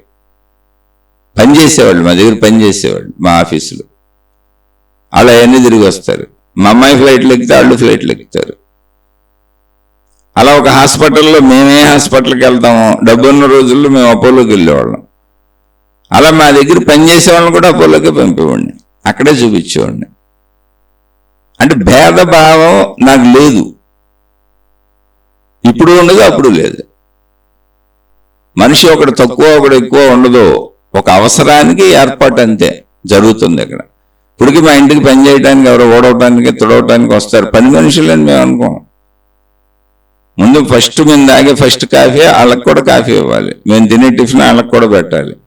ఏ టైంకి ఉంటుంది, మేము భోజనం చేసే టైంకి ఉండేవాళ్ళు ఉంటే భోజనం పెడతాం, అన్నీ వాళ్ళకుంటాయి. కాకపోతే వాళ్ళకేదో వాళ్ళ జీతం ఇంత కావాలని అడుగుతారు, అది మా జీతం మాట్లాడిస్తాం. అలా అని మేము వేలు లక్షలు కోట్లు ఇవ్వడానికి మా దగ్గర ఇప్పుడు తాహత లేదు. అందుకని మీరు ఏదో ఏం చేస్తారు సాధన అంటే నేనేం చెప్పను, నా జీవితంలో నాకు భేదత్వము లేదు, నేను ఏది తింటే అది పెడతాను నా చుట్టూ ఉన్న వాళ్ళకి. ఒకవేళ బట్టలు కొనాలనుకోండి, సపోజ్ నేనేం కొనుక్కుంటానో అలాంటి బట్టలే కొని పెడతాను, లేదా అంతకంటే మంచి కొని పెడతాను. నేను కొనుక్కొని కట్టుకునే వాటికంటే మంచి కొని పెడతాను ఇతరులకు బట్టలు పెట్టాల్సి వచ్చినప్పుడు. నేను ఇతరులకు ఏమన్నా చేయాల్సి వచ్చింది, మా బంధువులు లేకపోతే ఏదో ఇంట్లో ఫంక్షన్లో ఎవరికైనా ఏదైనా చేయాల్సి వచ్చింది అంటే నేను కొనుక్కునేవి కానీ, నేను తినేవి కానీ, నేను అనుభవించేవి కానీ ఆ స్థాయిలో అయినా తీసుకుంటాను, అంతకంటే ఎక్కువ స్థాయిలో అయినా తీసుకుంటాను. మళ్ళీ మళ్ళీ పెడతామా పాపం వాళ్ళకి ఏదో ఫంక్షన్ చేసుకుంటాను, అంతకంటే మంచిగా కొంటాను, తక్కువ చేయను అసలు. వాళ్ళు ఏ స్థాయి కాదు, లేని స్థాయి వాళ్ళు అయినా సరే. ఒక్కోసారి మా వాళ్ళు చెబుతూ ఉంటారు, వాళ్ళు చాలా పేదోళ్ళు, ఏదో మిమ్మల్ని పిలిచారు కదా అని వాళ్ళకి అంత స్థాయిలో కొంటున్నారు ఎందుకు వాళ్ళకి అని. అప్పుడు ఆలోచిస్తాను, ఒకవేళ బట్టలు వస్తువులు అంత స్థాయి వాళ్ళకి అనవసరం అయితే డబ్బులు ఇచ్చేస్తాను, అంత స్థాయిలో డబ్బులు ఇచ్చేస్తాను. వాళ్ళకి నచ్చినవి వాళ్ళ స్థాయిలో కొనుక్కొని ఉపయోగించుకుంటారు. ఇలాంటి కొన్ని వందలు వేలు లక్షలు మనస్తత్వ రూపంలో ఉంటాయి. ఎలా చెప్పను, ఏం చెప్పను, నేను అలానే జీవితం అది జీవించటమే. అంటే ఇప్పుడు నా ఇంట్లో వాళ్ళకి నాకు నేను ఎలా భావించుకుంటానో నా చుట్టూ ఉన్న వాళ్ళకి తినేటప్పుడు అలాగే పెడతాను, ఏదైనా వస్తువు ఇవ్వాల్సి వస్తే అలాగే ఇస్తాను, అన్ని నా స్థాయిలోనే చేస్తానన్నప్పుడు నేను అద్వైతంలో ఉన్నాను. నాలో విభిన్న ఆలోచనలు ద్వైతంలో పడుతున్నా. కానీ మా వాళ్ళు చెప్తా ఉంటారు నాకు చాలామంది, ద్వైత భావన కలిగిస్తూ ఉంటారు, అంత పెట్టక్కర్లేదు, అంత చేయక్కర్లేదు, కూతురుతో సమానంగా వాళ్ళని చూస్తారా, కొడుకుతో సమానంగా వాళ్ళని చూస్తారా అని ఎవరు చెబుతారు బంధుమిత్రులు. నా ఇంట్లో వాళ్ళు అందరూ నా కొడుకు, నా కూతురు, నా భార్య అందరూ భార్యతో సమానంగా చేసినట్టు వాళ్ళకి చేస్తారా? మా ఆవిడని ఒకవేళ హాస్పిటల్కి తీసుకెళ్ళి చూపించాల్సి వస్తే ఎలా చేస్తానో ఎవరికైనా నేను చూపించేటప్పుడు అలాగే చేస్తాను. అసలు అది నాకు చిన్నప్పటి నుంచి ఉంది, అది నేను చెప్పేది. ఇది చేస్తే అలాగే కదా చెయ్యాలి, చేయకపోతే ఊరుకోవాలి. అలా చేయని చోట తక్కువ, అంటే మనకంటే తక్కువ వాళ్ళు, వీళ్ళు బాగా తక్కువ వాళ్ళు, నువ్వు ఇప్పుడు వాళ్ళకి ఏదో పెద్ద వస్తువు కొని ఇచ్చేస్తే లేదా అంత కాస్ట్లీ బట్టలు ఇచ్చేస్తే వాళ్ళకి తెలియని కూడా తెలియదు అనేటువంటి విధానం వచ్చిందనుకో, నేనేం మూర్ఖుడిని కాదు, అప్పుడు డబ్బులు ఇచ్చేస్తాను, డబ్బులు ఇస్తాను. నా స్థాయిలో నేను ఏది కొనుక్కుంటానో ఆ డబ్బులు వాళ్ళకి ఇచ్చేస్తాను, వాళ్ళు వాడుకుంటారు వాళ్ళ ఇష్టమని. అప్పుడు ఇప్పుడు ఎప్పుడు నా పరిస్థితులను బట్టి నాలో సమభావమే ఉంది. సంభావమే ఉందంటే మనుషుల్లో తెలియదేంటి? ఇప్పుడు ప్రపంచం అంతా నా బాధ్యత నేను అంటలేదు. నీకేం చెప్పాను, నేను నా కుటుంబ సభ్యులతోనే విడిపోయాను. ఎందుకని కుటుంబం అంతా ఒకటి అనుకొని అన్ని చేసుకుంటూ వచ్చాను, కుటుంబ సంబంధ వ్యాపారాలు చేసుకుంటూ వచ్చాను, అన్ని డెవలప్ చేశాను, బ్రహ్మాండంగా డెవలప్ చేశాను, కోటాను కోట్లకు తీసుకెళ్ళాను. అది నా చుట్టూ ఉన్న అందరికీ తెలుసు, వాళ్ళకి తెలుసు, మొత్తం అందరికీ తెలుసు. ఎందుకంటే మాకు వేల మందితో సంబంధం ఉంది. నాకు అప్పగించిన ప్రతిదాన్ని ఆకాశ స్థాయికి తీసుకెళ్ళాను. కానీ ఎప్పుడు అది నాదనుకోలే, దానికోసం పనిచేశాను. ఆ కుటుంబం అంతా ఒకటి కాదన్నారు, నువ్వు వేరన్నారు, నీ భార్య పిల్లలు నువ్వు వేరన్నారు. అలాగే సరే అయితే ఇదిగో మీ అన్ని మీకు ఇచ్చేసాను, నేను జీవితకాలం మౌనం పెట్టుకెళ్ళిపోతున్నాను. ఇప్పుడు నా కుటుంబం అంటే నేను, నా భార్య, నా కొడుకు, నా కూతురు, అంతేగా మీరు చెప్పింది అన్నాను. అవును అంతే చెప్పింది అన్నారు. రైట్, ఓకే అన్నాను. ఇలాంటి జీవితంలో వస్తాయి. అప్పుడు మీరు ఎలా ఉన్నారు అంటే నేను అసలు ఒక్క నింద కూడా చేయను కూడా, జీవితకాలం మౌనం అని పెట్టుకున్నాను. ఎందుకని నింద చేసే మనసు లేదు. అప్పుడు ఆనందంగా బ్రతకడానికి వాళ్ళందరూ సహకరించారు. అబ్బా ఇదంతా నాది ఇంత పెద్ద కుటుంబం అని సంపాదించి అందరికీ పెడుతుంటే బోల్డ్ ఆనందం కలిగింది. అప్పుడు సహకరించారు. ఇప్పుడు కుటుంబం అంత కాదు, నీ కుటుంబం వేరు, మా కుటుంబాలు వేరు, మేము వేరు, నువ్వు వేరు, మాకు అసలు సంబంధం లేదు, నువ్వు మేము చెప్పినట్టు వింటేనే. అలా అంటానికేం తప్పు లేదు, నువ్వు మేము చెప్పినట్టు వినాలి, నువ్వు నీ ధర్మాలు చెప్పకూడదు అన్నారు. సర్లే అయితే అన్నాను. అయితే ఏంటన్నాను, అలా చెప్పినట్టు మేము చెప్పినట్టు మాకు ఆలకాడు ఉంటేనే నువ్వు మా కుటుంబం, లేకపోతే కాదన్నారు. లేదు, ధర్మం విషయంలో మంచి విషయంలో నేను తప్పనని చెప్పాను. నా పద్ధతి నాకు ఇంతే, ఇలాగే ఉంటానని చెప్పాను. అయితే నీ కుటుంబం వేరు, మా కుటుంబం వేరు అన్నారు. ఓకే, తప్పే ఉంది అందులో, మీ కుటుంబం మీరు అందరూ హాయిగా ఉండండి అన్నాను. నేను ఇంకా అది కూడా నా కుటుంబం అనే భావన నాకు ఉందిగా, ఇప్పటికే ఉంది, అప్పటికే ఉంది. వాళ్ళు కాదని చెప్పారు అంతే, నాకు ఎప్పటికే ఉంది. అందుకని మిమ్మల్ని నేనేం అన్నాను, జీవితకాలం మౌనం అంతే. ఇప్పుడు మళ్ళీ అద్వైతంగా సమానత్వ భావనే. కాకపోతే వాళ్ళు కాదన్నారు కనుక మౌనంగా ఉంటున్నా, మీ పట్ల నేనేమన్నాను. కానీ వాళ్ళు నా పట్ల బోల్డ్ చెబుతున్నారు, రోడ్ల మీద అందరికి ప్రచారం చేస్తున్నారు. నాకేం భావన లేదు. ఎందుకని మనిషి సహజం, అది దాటి రాగలిగితే మోక్షానికి వెళ్తావు, అది దాటి రాలేకపోతే అక్కడ కూర్చొని ప్రపంచంలో తిరుగుతావు, నిన్ను నువ్వు నష్టపరుచుకుంటున్నావు అంతే. నేను ఎందుకంటాను, మీరు నా కుటుంబం అని ఒకసారి అనుకున్నాక ఇప్పుడు కాదని ఎందుకు అనుకుంటాను? మీరు ఎన్ని చెప్తే ఓకే, కాకపోతే మీరు వద్దనుకున్నారు కనుక దూరంగా ఉంటాను. మీ గురించి నేను ఒక్క మాట కూడా చెడు మాట మాట్లాడను, మీకు అసలు హాని కలిగే ఒక్క పని కూడా చేయను. ఎందుకని ఒకప్పుడు మీకు మీ మేలు కోసమే కదా బతికాను, మీకు మేలు చేయడానికే కదా బతికాను. వృత్తి వ్యాపారాలన్నీ ఆ మేలు చేయడానికే కదా చేశాను. ఇప్పుడు మళ్ళీ శత్రుత్వాన్ని అలా హఠాత్తుగా మారిపోయి అదే ప్రదేశంలో, అది అద్వైతము అంటే. అలా జీవిత ఆచరణలో ఎన్నని చెప్పను, అసలు పర్సనల్ ఇప్పుడు చెప్పినవి చాలా ఎక్కువ చెప్పకూడదు. ఎందుకంటే ఇది విన్నవాళ్ళు మా వాళ్ళు ఉంటారు, తెలుసు, చాలామంది నేను తెలిసిన వాళ్ళకి తెలుసు, అందుకని పర్సనల్స్ ఎక్కువ మాట్లాడను. కానీ పర్సనల్సే కదా సాధనలో ఉండే. సాధన ఏంటి, నేను ఎలా ఉంటున్నాను అన్నది కదా సాధన. నాకు భేదభావన తక్కువగా ఉంటుంది, అనేక రకాలుగా మనుషుల్ని విభజించి చూడను, విషయాలైనా సరే. కానీ ఇప్పుడు మళ్ళీ బాధ్యత వచ్చేటప్పటికి ఏంటి, బాధ్యత చెబుతున్నా, జీవన సరళిలో భావం వేరు, సమభావం. ఆ పాపం అందరూ మనుషులేగా అనిపిస్తుంది, తప్పులు చేసినా కూడా ఏం కోపం అనిపించదు. ఏదన్నా ఒక మాట కోపంతో అన్నా నేనే మాట్లాడతాను వెళ్ళి, మళ్ళీ ఆ కోపంతో అన్న వాళ్ళకి నేను ఇంకా ఎక్కువ చేసి పెడతాను, అనవసరంగా అన్నాను లేదు కోపంతో. బాధ్యతగా వచ్చేటప్పటికి నా బాధ్యత నా భార్య, నా కుమార్తె, నా కుమారుడు. ఆ విషయం అందరూ తేల్చి చెప్పారు, మా వాళ్ళే చెప్పారు. కుటుంబం అంతా ఒకటి కాదు, నీ కుటుంబం వేరు, మా కుటుంబం వేరు, ఎవరి కుటుంబాలు ఆళ్ళయ్యాను. ఓకే అన్నాను. అంటే ఎదుటివారి భావాలను గౌరవించాలిగా. కానీ నా భావనలో అందరూ నా కుటుంబ సభ్యులు, అందుకని ఎవరిని నేను నిందించను. కానీ వాళ్ళు కాదన్నారు కనుక జీవితకాలం మౌనం, అందరితో మౌనం. మనోభావంలో సమైక్యత పెట్టుకున్నాను, ఐక్యత పెట్టుకున్నాను, సమానత్వం పెట్టుకున్నాను. నా బాధ్యతలు అవి చేసుకుంటున్నాను. ఈ బాధ్యతలు మళ్ళీ మీకు చెబుతున్నాను. ఈ బాధ్యతలు ఎవరు, నా కుమార్తె, నా కుమారుడు, నా భార్య. నా కుమార్తె కుమారుడు ఏముందో సెటిల్ చేసేసి వాళ్ళకి పెళ్ళిళ్ళు అయిపోతే మనది అయిపోయినట్టే స్టోరీ. వాళ్ళు బతుకుతారుగా, ఆ చివరి స్థితిలోనే ఉన్నారు, ఆ చివరి మిగిలి ఉన్నాయి. అది అయిపోయినాక ఆధ్యాత్మిక విద్యాలయం అనే దాన్ని, అంటే అక్కడ ఏమి ఉండదు, నేనే సంస్థలు పెట్టను, ఏ డొనేషన్స్ కలెక్ట్ చేయను, ఊరికనే ఆధ్యాత్మిక విద్యాలయం అని ఇప్పుడు ఎలా చెప్పుకుంటున్నామో అక్కడ నేను మనిషిని కనపడతాను, అవైలబుల్గా ఉంటాను, ఒక ప్రదేశం నేను ఏర్పాటు చేసి. అంతే తప్ప సంస్థలు, డొనేషన్లు, అది రిజిస్ట్రేషన్లు, మళ్ళీ వాటిలో సభ్యులు అయ్యేం ఉండవు. ఇష్టమైన వాళ్ళు రావచ్చు, ఇష్టం వచ్చినంతసేపు ఉండొచ్చు, ఇష్టం వచ్చినప్పుడు వెళ్ళిపోవచ్చు, సంపూర్ణ స్వేచ్ఛలో ఉంటుంది. కానీ ఆ ప్రదేశంలో నేను చెప్పిన టైమింగ్స్లో ఏదో నేను నిద్రపోయే టైం తప్ప అన్ని టైమింగ్స్లో అవైలబుల్గా ఉంటాను. ఇలా ఇప్పుడు ఈ శీర్షికలు ఎలా చెబుతున్నానో అలా మీరు డైరెక్ట్గా అడగొచ్చు, లేదా అక్కడే కూర్చొని నన్ను చూస్తూ మీరు నేను ఎలా ఉన్నానో మీరు కూడా అలా ఉండొచ్చు, లేదా మీ సందేహాలు తీర్చుకోవచ్చు, లేదా ప్రశాంతంగా కూర్చోవచ్చు. అప్పుడే జరుగుద్దో, అందుకని జరగని దాని గురించి ఇప్పుడే ఎందుకు, ఒక అభిప్రాయం చెప్పాను అంతే. ఈ అభిప్రాయం నెరవేరాలంటే ముందు నా బాధ్యతలు సక్రమంగా పూర్తి అయిపోవాలి. బాధ్యతలు ఉన్నాయిగా. ఎప్పుడు మంచివాడు అంటేనే అర్థం ఏంటి, ఒకటి వదిలేసి పారిపోవడం. అలా నువ్వు అక్కర్లేదు అన్నోళ్ళ దగ్గరికి వెళ్ళాల్సిన అవసరం లేదు. మంచివాడు అంటే ఏంటో తెలుసా, నువ్వు అక్కర్లేదు అన్నోళ్ళ దగ్గరికి వెళ్ళామని వాళ్ళు బాధపడతారుగా. ఇప్పుడు మనం అంటే ఇష్టం లేదని ఇష్టం లేని వాళ్ళు ఉన్నారు, వెళ్ళి వాళ్ళని బాధ పెడతాం ఎందుకు, అది కూడా మంచితనమే. అంటే ఇతరులకు మేలు చేయటం ఎలాంటిదో ఇతరులకి హాని చేయకుండా ఉండటం కూడా అలాంటిదే. రెండు చేయబాగా. నువ్వు నచ్చవు నువ్వు వాళ్ళకి, అందుకని నేను నచ్చని వాళ్ళతో అసలు నేను మాట్లాడను. ఎందుకు మీకు నచ్చట్లేదుగా, అందుకే జీవితకాలం మౌనం పెట్టుకున్నాను. అలానే వాళ్ళ గురించి చెడుగాను మాట్లాడను, వాళ్ళకి కనపడను. ఎందుకని వాళ్ళకి కనపడితే పాపం బాధపడతారు వాళ్ళు, అందుకని ఇంట్లో ఉంటున్నాను.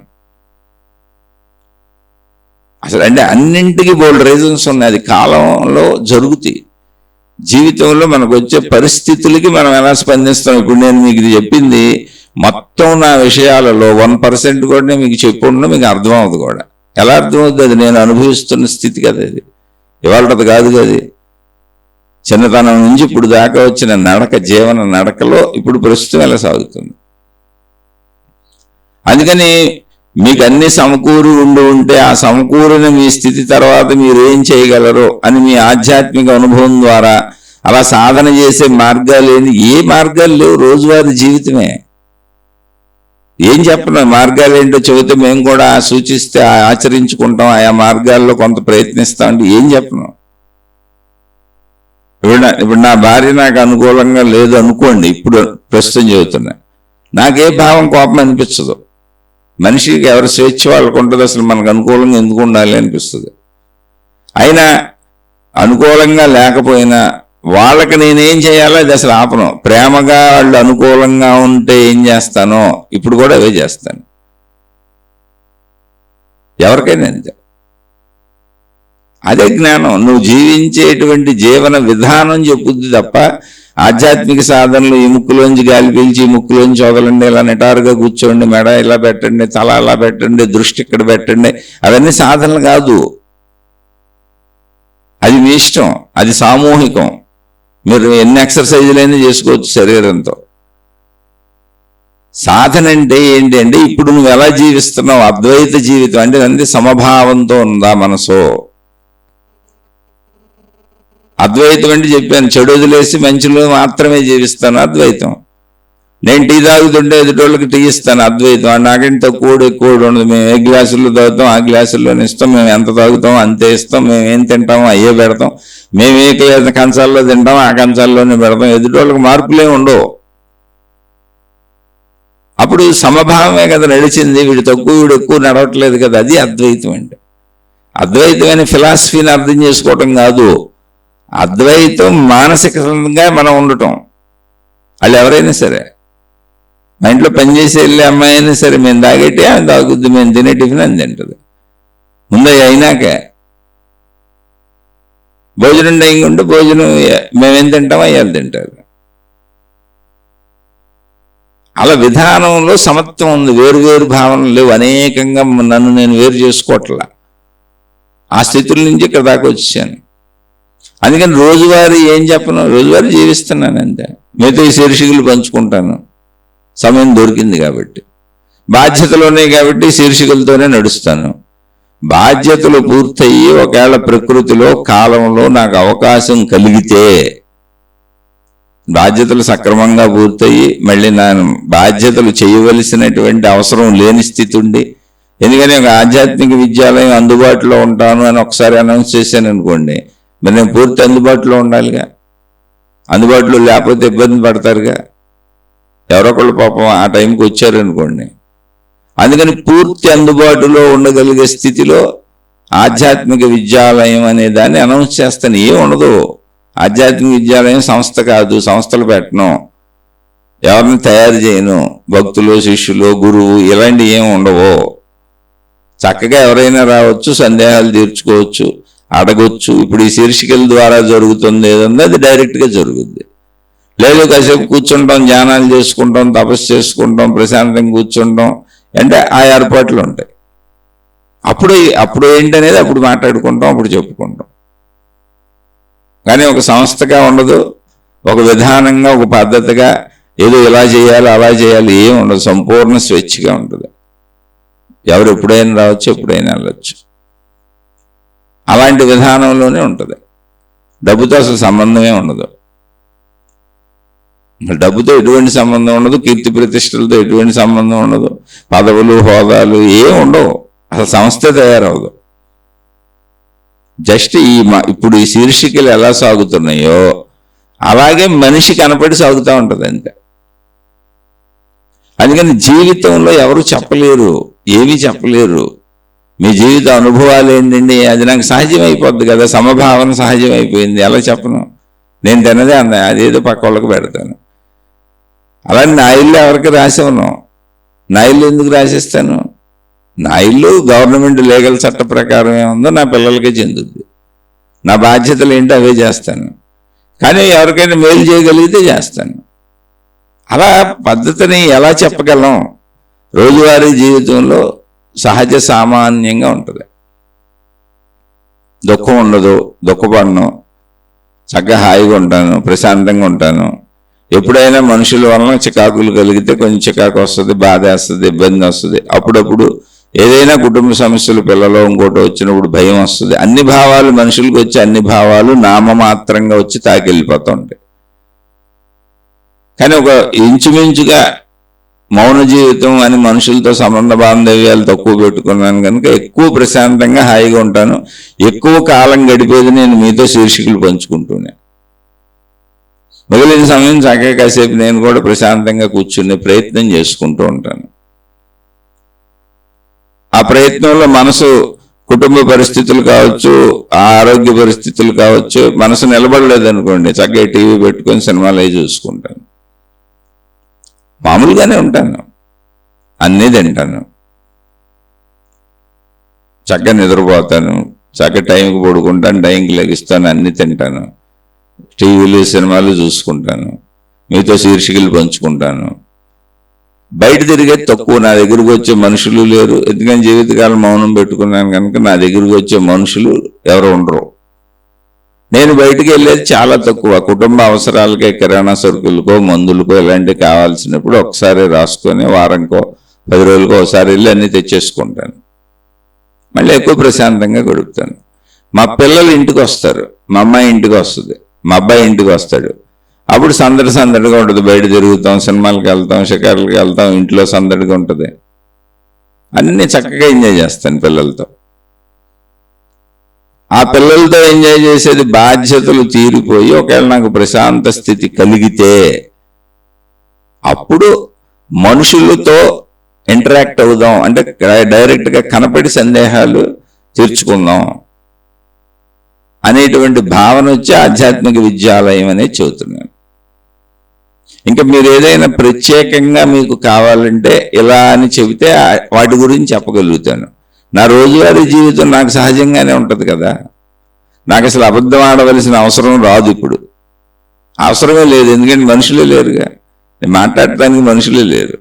అలాగే ఎక్కడ అబద్ధం కానీ, మోసం కానీ, లాభాపేక్ష కానీ తలంపుల్లో కూడా రాదు, ఎందుకంటే ఏ వ్యాపారాలు చేయట్లే, డబ్బుతో సంబంధాలు లేవు. అసలు చెడు అనేది తలంచడానికి కూడా నాకు ఛాన్స్ లేదు, ఎందుకంటే మనుషులతో రిలేషన్ లేదు, డబ్బు సంబంధాలు లేవు. ఇప్పుడు 5 సంవత్సరాల నుండి 6వ సంవత్సరంలోకి వచ్చింది జీవితకాలం మౌనం అని. కేవలం మీతో శీర్షికలు పంచుకోవటమే నా జీవితంలో ఇప్పుడు జరిగే అతిపెద్ద చర్య. ఎందుకంటే మిగిలిన క్రియలేమి లేవు నాకు, చాలా తక్కువ. ఏదో లేవటం, కాలకృత్యాలు తీర్చుకోవటం, ఇంత కాఫీ తాగటం, ఏదో టిఫిన్ టైంకి టిఫిన్ పెడతారు, ఏది పెడితే తినేయటం, భోజనం టైంకి భోజనం పెడతారు, ఏది పెడితే తినేయటం, ఏంటని చూడటం కూడా అందులో ఏమి ఉండదు. అలా చక్కగా నిద్ర వచ్చినప్పుడు నిద్రపోవటం, ఈ శీర్షికలు మిగిలిన టైంలో శీర్షికలు చెప్పుకోవటం, ఇంకా టైం మిగిలితే చక్కగా ప్రశాంతంగా కూర్చోవటం. అలా కూర్చోవటం కుదరకపోతే టీవీ పెట్టుకు చూడటం, లేదా నేను కూడా ఎవరన్నా చెప్పిన ప్రవచనాలు వినటం, ఏదో ఒకటి చేస్తూ ఉంటాను. ఇప్పుడు పుస్తకాలు చదువుకోవడానికి కొంచెం కళ్ళు సహకరించట్లేదు, 58 ఏళ్ళు ఇప్పుడు నాకు. అందుకని ఏమన్నా యూట్యూబ్లో పెట్టుకొని వింటూ ఉంటాను. అది కూడా మనసు కొంచెం ఎందుకులే అనిపిస్తే సరదా సినిమా చూద్దాం అనిపించిందంటే సినిమా చూస్తాను. కానీ తప్పు చేయడానికి, పొరపాటు చేయడానికి అసలు నా జీవితంలో ఇప్పుడు ఛాన్స్ లేదు, ఎందుకంటే మనుషులతో సంబంధం లేదు, డబ్బుతో సంబంధం లేదు. అది చెప్పగలను. ఇంకా ఈ రెండూ లేనప్పుడు అసలు బాధలు, దుఃఖాలు, కష్టాలు ఎక్కడి నుంచి వస్తాయి? నామమాత్రపు విషయాలు అన్నీ వచ్చి వెళ్తాయి అని చెప్పాను, ఎందుకంటే ఇంకా బాధ్యతలు ఉన్నాయి, కుటుంబం ఉంది. ఇంకా మీరు ఏదైనా ప్రత్యేకంగా అడిగితే తప్పకుండా చెబుతాను. మళ్ళీ చెబుతున్నా, మోక్షం అనేది ఆత్మసాక్షాత్కారం అనేది మొట్టమొదటి చెప్పిందని మళ్ళీ ఒకసారి గుర్తు చేస్తున్నా. ఎక్కడ మెలకు వస్తుంది అంటే, ఎక్కడ నిద్రపోతున్నామో, ఎక్కడ నిద్రాస్థితి ఉందో ఆ స్థితిలోనే మెలకు వచ్చింది. దానికి భిన్నంగా కాదు, ప్రదేశం ఒకటే. అంటే నిద్రాస్థితి ప్రదేశము, మెలకువ ప్రదేశం ఒకటే. ఎక్కడ మెలకు వచ్చిందో అక్కడే నిద్ర వచ్చింది. దీన్ని బాగా మీరు ట్రై చేసుకోండి సాధనకి. మీరే గమనించుకోండి, మీరే కదా అది. ఎక్కడ నిద్రాస్థితో అక్కడే మెలకు వచ్చింది ఆ ప్రదేశంలోనే. ఎక్కడ మెలకువో అక్కడే నిద్ర వచ్చింది ఆ ప్రదేశంలోనే. ఎక్కడ మెలకు వచ్చిందో అక్కడే నేనన్న భావన వచ్చింది ఆ ప్రదేశంలోనే. ఎక్కడ నేనన్న భావన వచ్చిందో అక్కడే ఈ శరీరం నేనన్న భావన వచ్చింది ఆ ప్రదేశంలోనే. ఎక్కడ ఈ శరీరం నేనన్న భావన వచ్చిందో, ఈ శరీరానికి సంబంధించిన సమస్త విషయాలతో కూడిన మనసు అన్నింటినీ గుర్తు చేసింది అక్కడే ఆ ప్రదేశంలోనే. ఎక్కడ శరీరం అన్న భావన, మనస్సు అన్న భావన వచ్చిందో అక్కడే ఆ ప్రదేశంలోనే మొత్తం సృష్టిని గుర్తించటం, సృష్టిని అనుభవించటం జరుగుతుంది అక్కడే ఆ ప్రదేశంలోనే. నేను లేకపోతే సృష్టి లేదు. నేను ఈ శరీరం అన్న భావన, మనస్సు అన్న భావన ఆ ప్రదేశంలో ఉండకపోతే సృష్టిని గుర్తించటం అనే భావనే ఉండదు. అంటే సృష్టిని గుర్తించటం, సృష్టి కూడా అక్కడే ఉంది, ఆ ప్రదేశంలోనే ఉంది. మళ్ళీ అక్కడి నుంచి నిదానంగా అదే ప్రదేశంలో నిద్రలోకి వెళ్తున్నా. నిద్రలోకి వెళ్ళేటప్పుడు మొదట సృష్టి భావన వదులుతున్నా, బాహ్య సృష్టి భావన పోయింది. అంటే అదే ప్రదేశంలో బాహ్య సృష్టి కనపడుతుంది నాకు, అది పోయింది. ఇప్పుడు ఇంటి సృష్టి ఉంది, నా మంచం, నా ఇల్లు, నా వాళ్ళు. వెళ్ళి పడుకున్నా, ఈ నేనన్న శరీరాన్ని అక్కడ పడుకు, ఇంటి సృష్టి కూడా తగ్గిపోయింది, శరీర భావనకు వచ్చింది. శరీర భావన మళ్ళీ అదే ప్రదేశంలోనే ఇదంతా జరుగుతుంది. శరీర భావన కూడా పోయింది, నిద్రలోకి వెళ్ళిపోయింది శరీరం. మనోభావనలో స్వప్నలోకంలో జరిగిన అదే ప్రదేశంలో, అక్కడే అదే ప్రదేశంలో, ఆ నేనులోనే. ఇప్పుడు ఆ స్వప్నభావం కూడా అణిగిపోయింది, నిద్రాస్థితి ఉంది అక్కడ. ఆ నిద్రాస్థితే ప్రాణశక్తి స్థితి. దాన్ని మెలకువలో తెలుసుకో, అది అన్నీ అక్కడే ఉన్నాయి, అదే ప్రదేశంలో ఉన్నాయి, అదే చోట ఉన్నాయి, అంతా అద్వైతమే, ద్వైతం లేదు అసలు అక్కడ, ఒకే ప్రదేశం అది. అది కనిపెడితే మీకు అద్వైతం ఏంటంటే అర్థమవుతుంది. మీరు అసలు అనేకంగా లేరు, అనేకం లేదు. అనేకంగా కనపడుతున్న ఆ సృష్టి అంతా ఎక్కడుంది? నేనుంటే ఉంది. ఎక్కడ దర్శనీయం అవుతుంది? నేనులో. నేనులోనే సృష్టి అనుభవం అవుతుంది, ఆ ప్రదేశంలోనే ఉంది సృష్టి కూడా. ఇంకా మీకు సందేహం ఉంటే అడగండి. ఎన్నిసార్లు చెప్పినా దీన్నే తిరగమరగా చెప్పాలి, ఎందుకంటే నాకు అది అర్థమైంది కనుక ఎన్నోసార్లు చెబుతున్నట్టు నాకు అనిపిస్తుంది. కానీ మీరు దాన్ని బాగా అర్థం చేసుకొని డౌట్ వస్తే అడగండి. మీరు ఏ సందేహం అడిగినా చెబుతా. జీవితంలో ప్రత్యేకంగా ఏమీ లేదు, జీవితం చక్కగా హాయిగా ఉంది. మంచి అనే అద్వైతంలో జీవిస్తున్నా, మౌనం అనే అద్వైతంలో జీవిస్తున్నా, జీవితకాల మౌనం అనే అద్వైతంలో జీవిస్తున్నా. ఎవరన్నా ఒకళ్ళు వచ్చినా అద్వైతమే. నేను తాగే నీళ్ళు ఇస్తా, నేను తినే తిండి పెడతా, అక్కడ అనేక భేదభావాలు కలగవు. నేను ఎలా ఉన్నానో ఎదుటి వాళ్ళకి అలాగే సౌకర్యాలు చేస్తా. అది నాకు మొదటి నుంచి వచ్చిన అలవాటు, ఇప్పుడు కొత్తగా వచ్చింది కాదు. కాబట్టి ఇప్పుడు నేను ఏం చెప్పాలి మీ అంటే ఏం లేదు, నేను మామూలుగా హాయిగా ఉన్నాను, హ్యాపీగా జీవిస్తున్నాను. అందుకే మీతో ఈ శీర్షికలు కూడా పంచుకోగలుగుతున్నాను. ఇంకా మీరు ప్రత్యేకంగా ఏమైనా అడిగితే చెబుతాను. ఆలోచించి చూడండి, మీకు అర్థమైతే ఓకే, అర్థం కాని చోట మళ్ళీ తప్పకుండా ప్రశ్నించండి, మళ్ళీ మాట్లాడుకుందాం.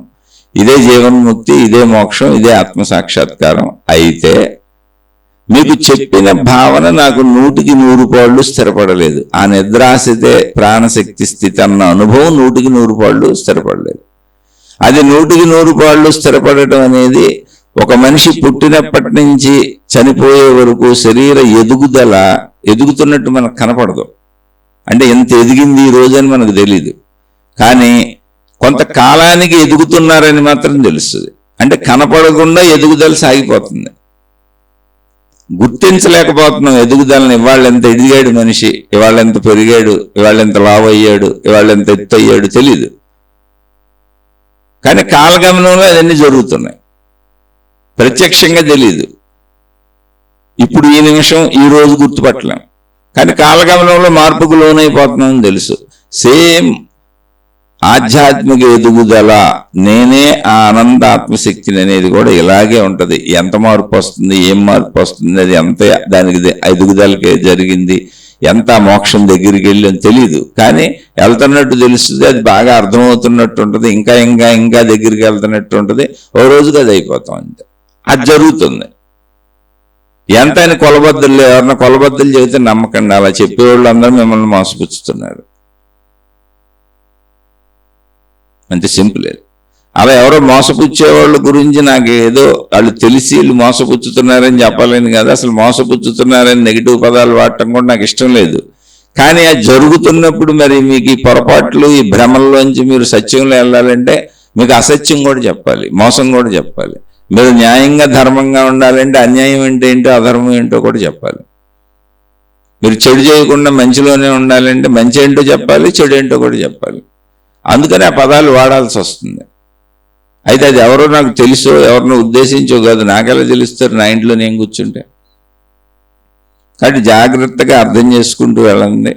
అర్థం చేసుకుందామని ప్రయత్నిస్తూ, అవగాహనతో జీవిద్దామని ప్రయత్నిస్తూ, మంచిగా జీవిద్దామని ప్రయత్నిస్తూ, ఇది అర్థమవుతుంది మాలో చెడు పోగొట్టుకొని మంచి వైపు ప్రయాణిస్తున్నాం, గుణమార్పు చేసుకుంటున్నాం అనే భావన ఉన్న వాళ్ళు ఎవరైనా ఉంటే తప్పకుండా మీ సందేహాలు అడగండి. ఇక ఇది నచ్చని వాళ్ళు, ఇది మెచ్చని వాళ్ళు, అకారణ ద్వేషాలు పెంచుకునేవాళ్ళు అందరూ కూడా చెబుతున్నా నేను అతి సామాన్యుణ్ణి, నన్ను క్షమించి వదిలివేసి మీ మార్గాల్లో మీరు హాయిగా సాగిపోండి. శుభమస్తు. మీకు మీ కుటుంబ సభ్యులకు మేలు చేకూరుగాక. మరలా మరొక కొత్త శీర్షికతో కలుసుకుందాం.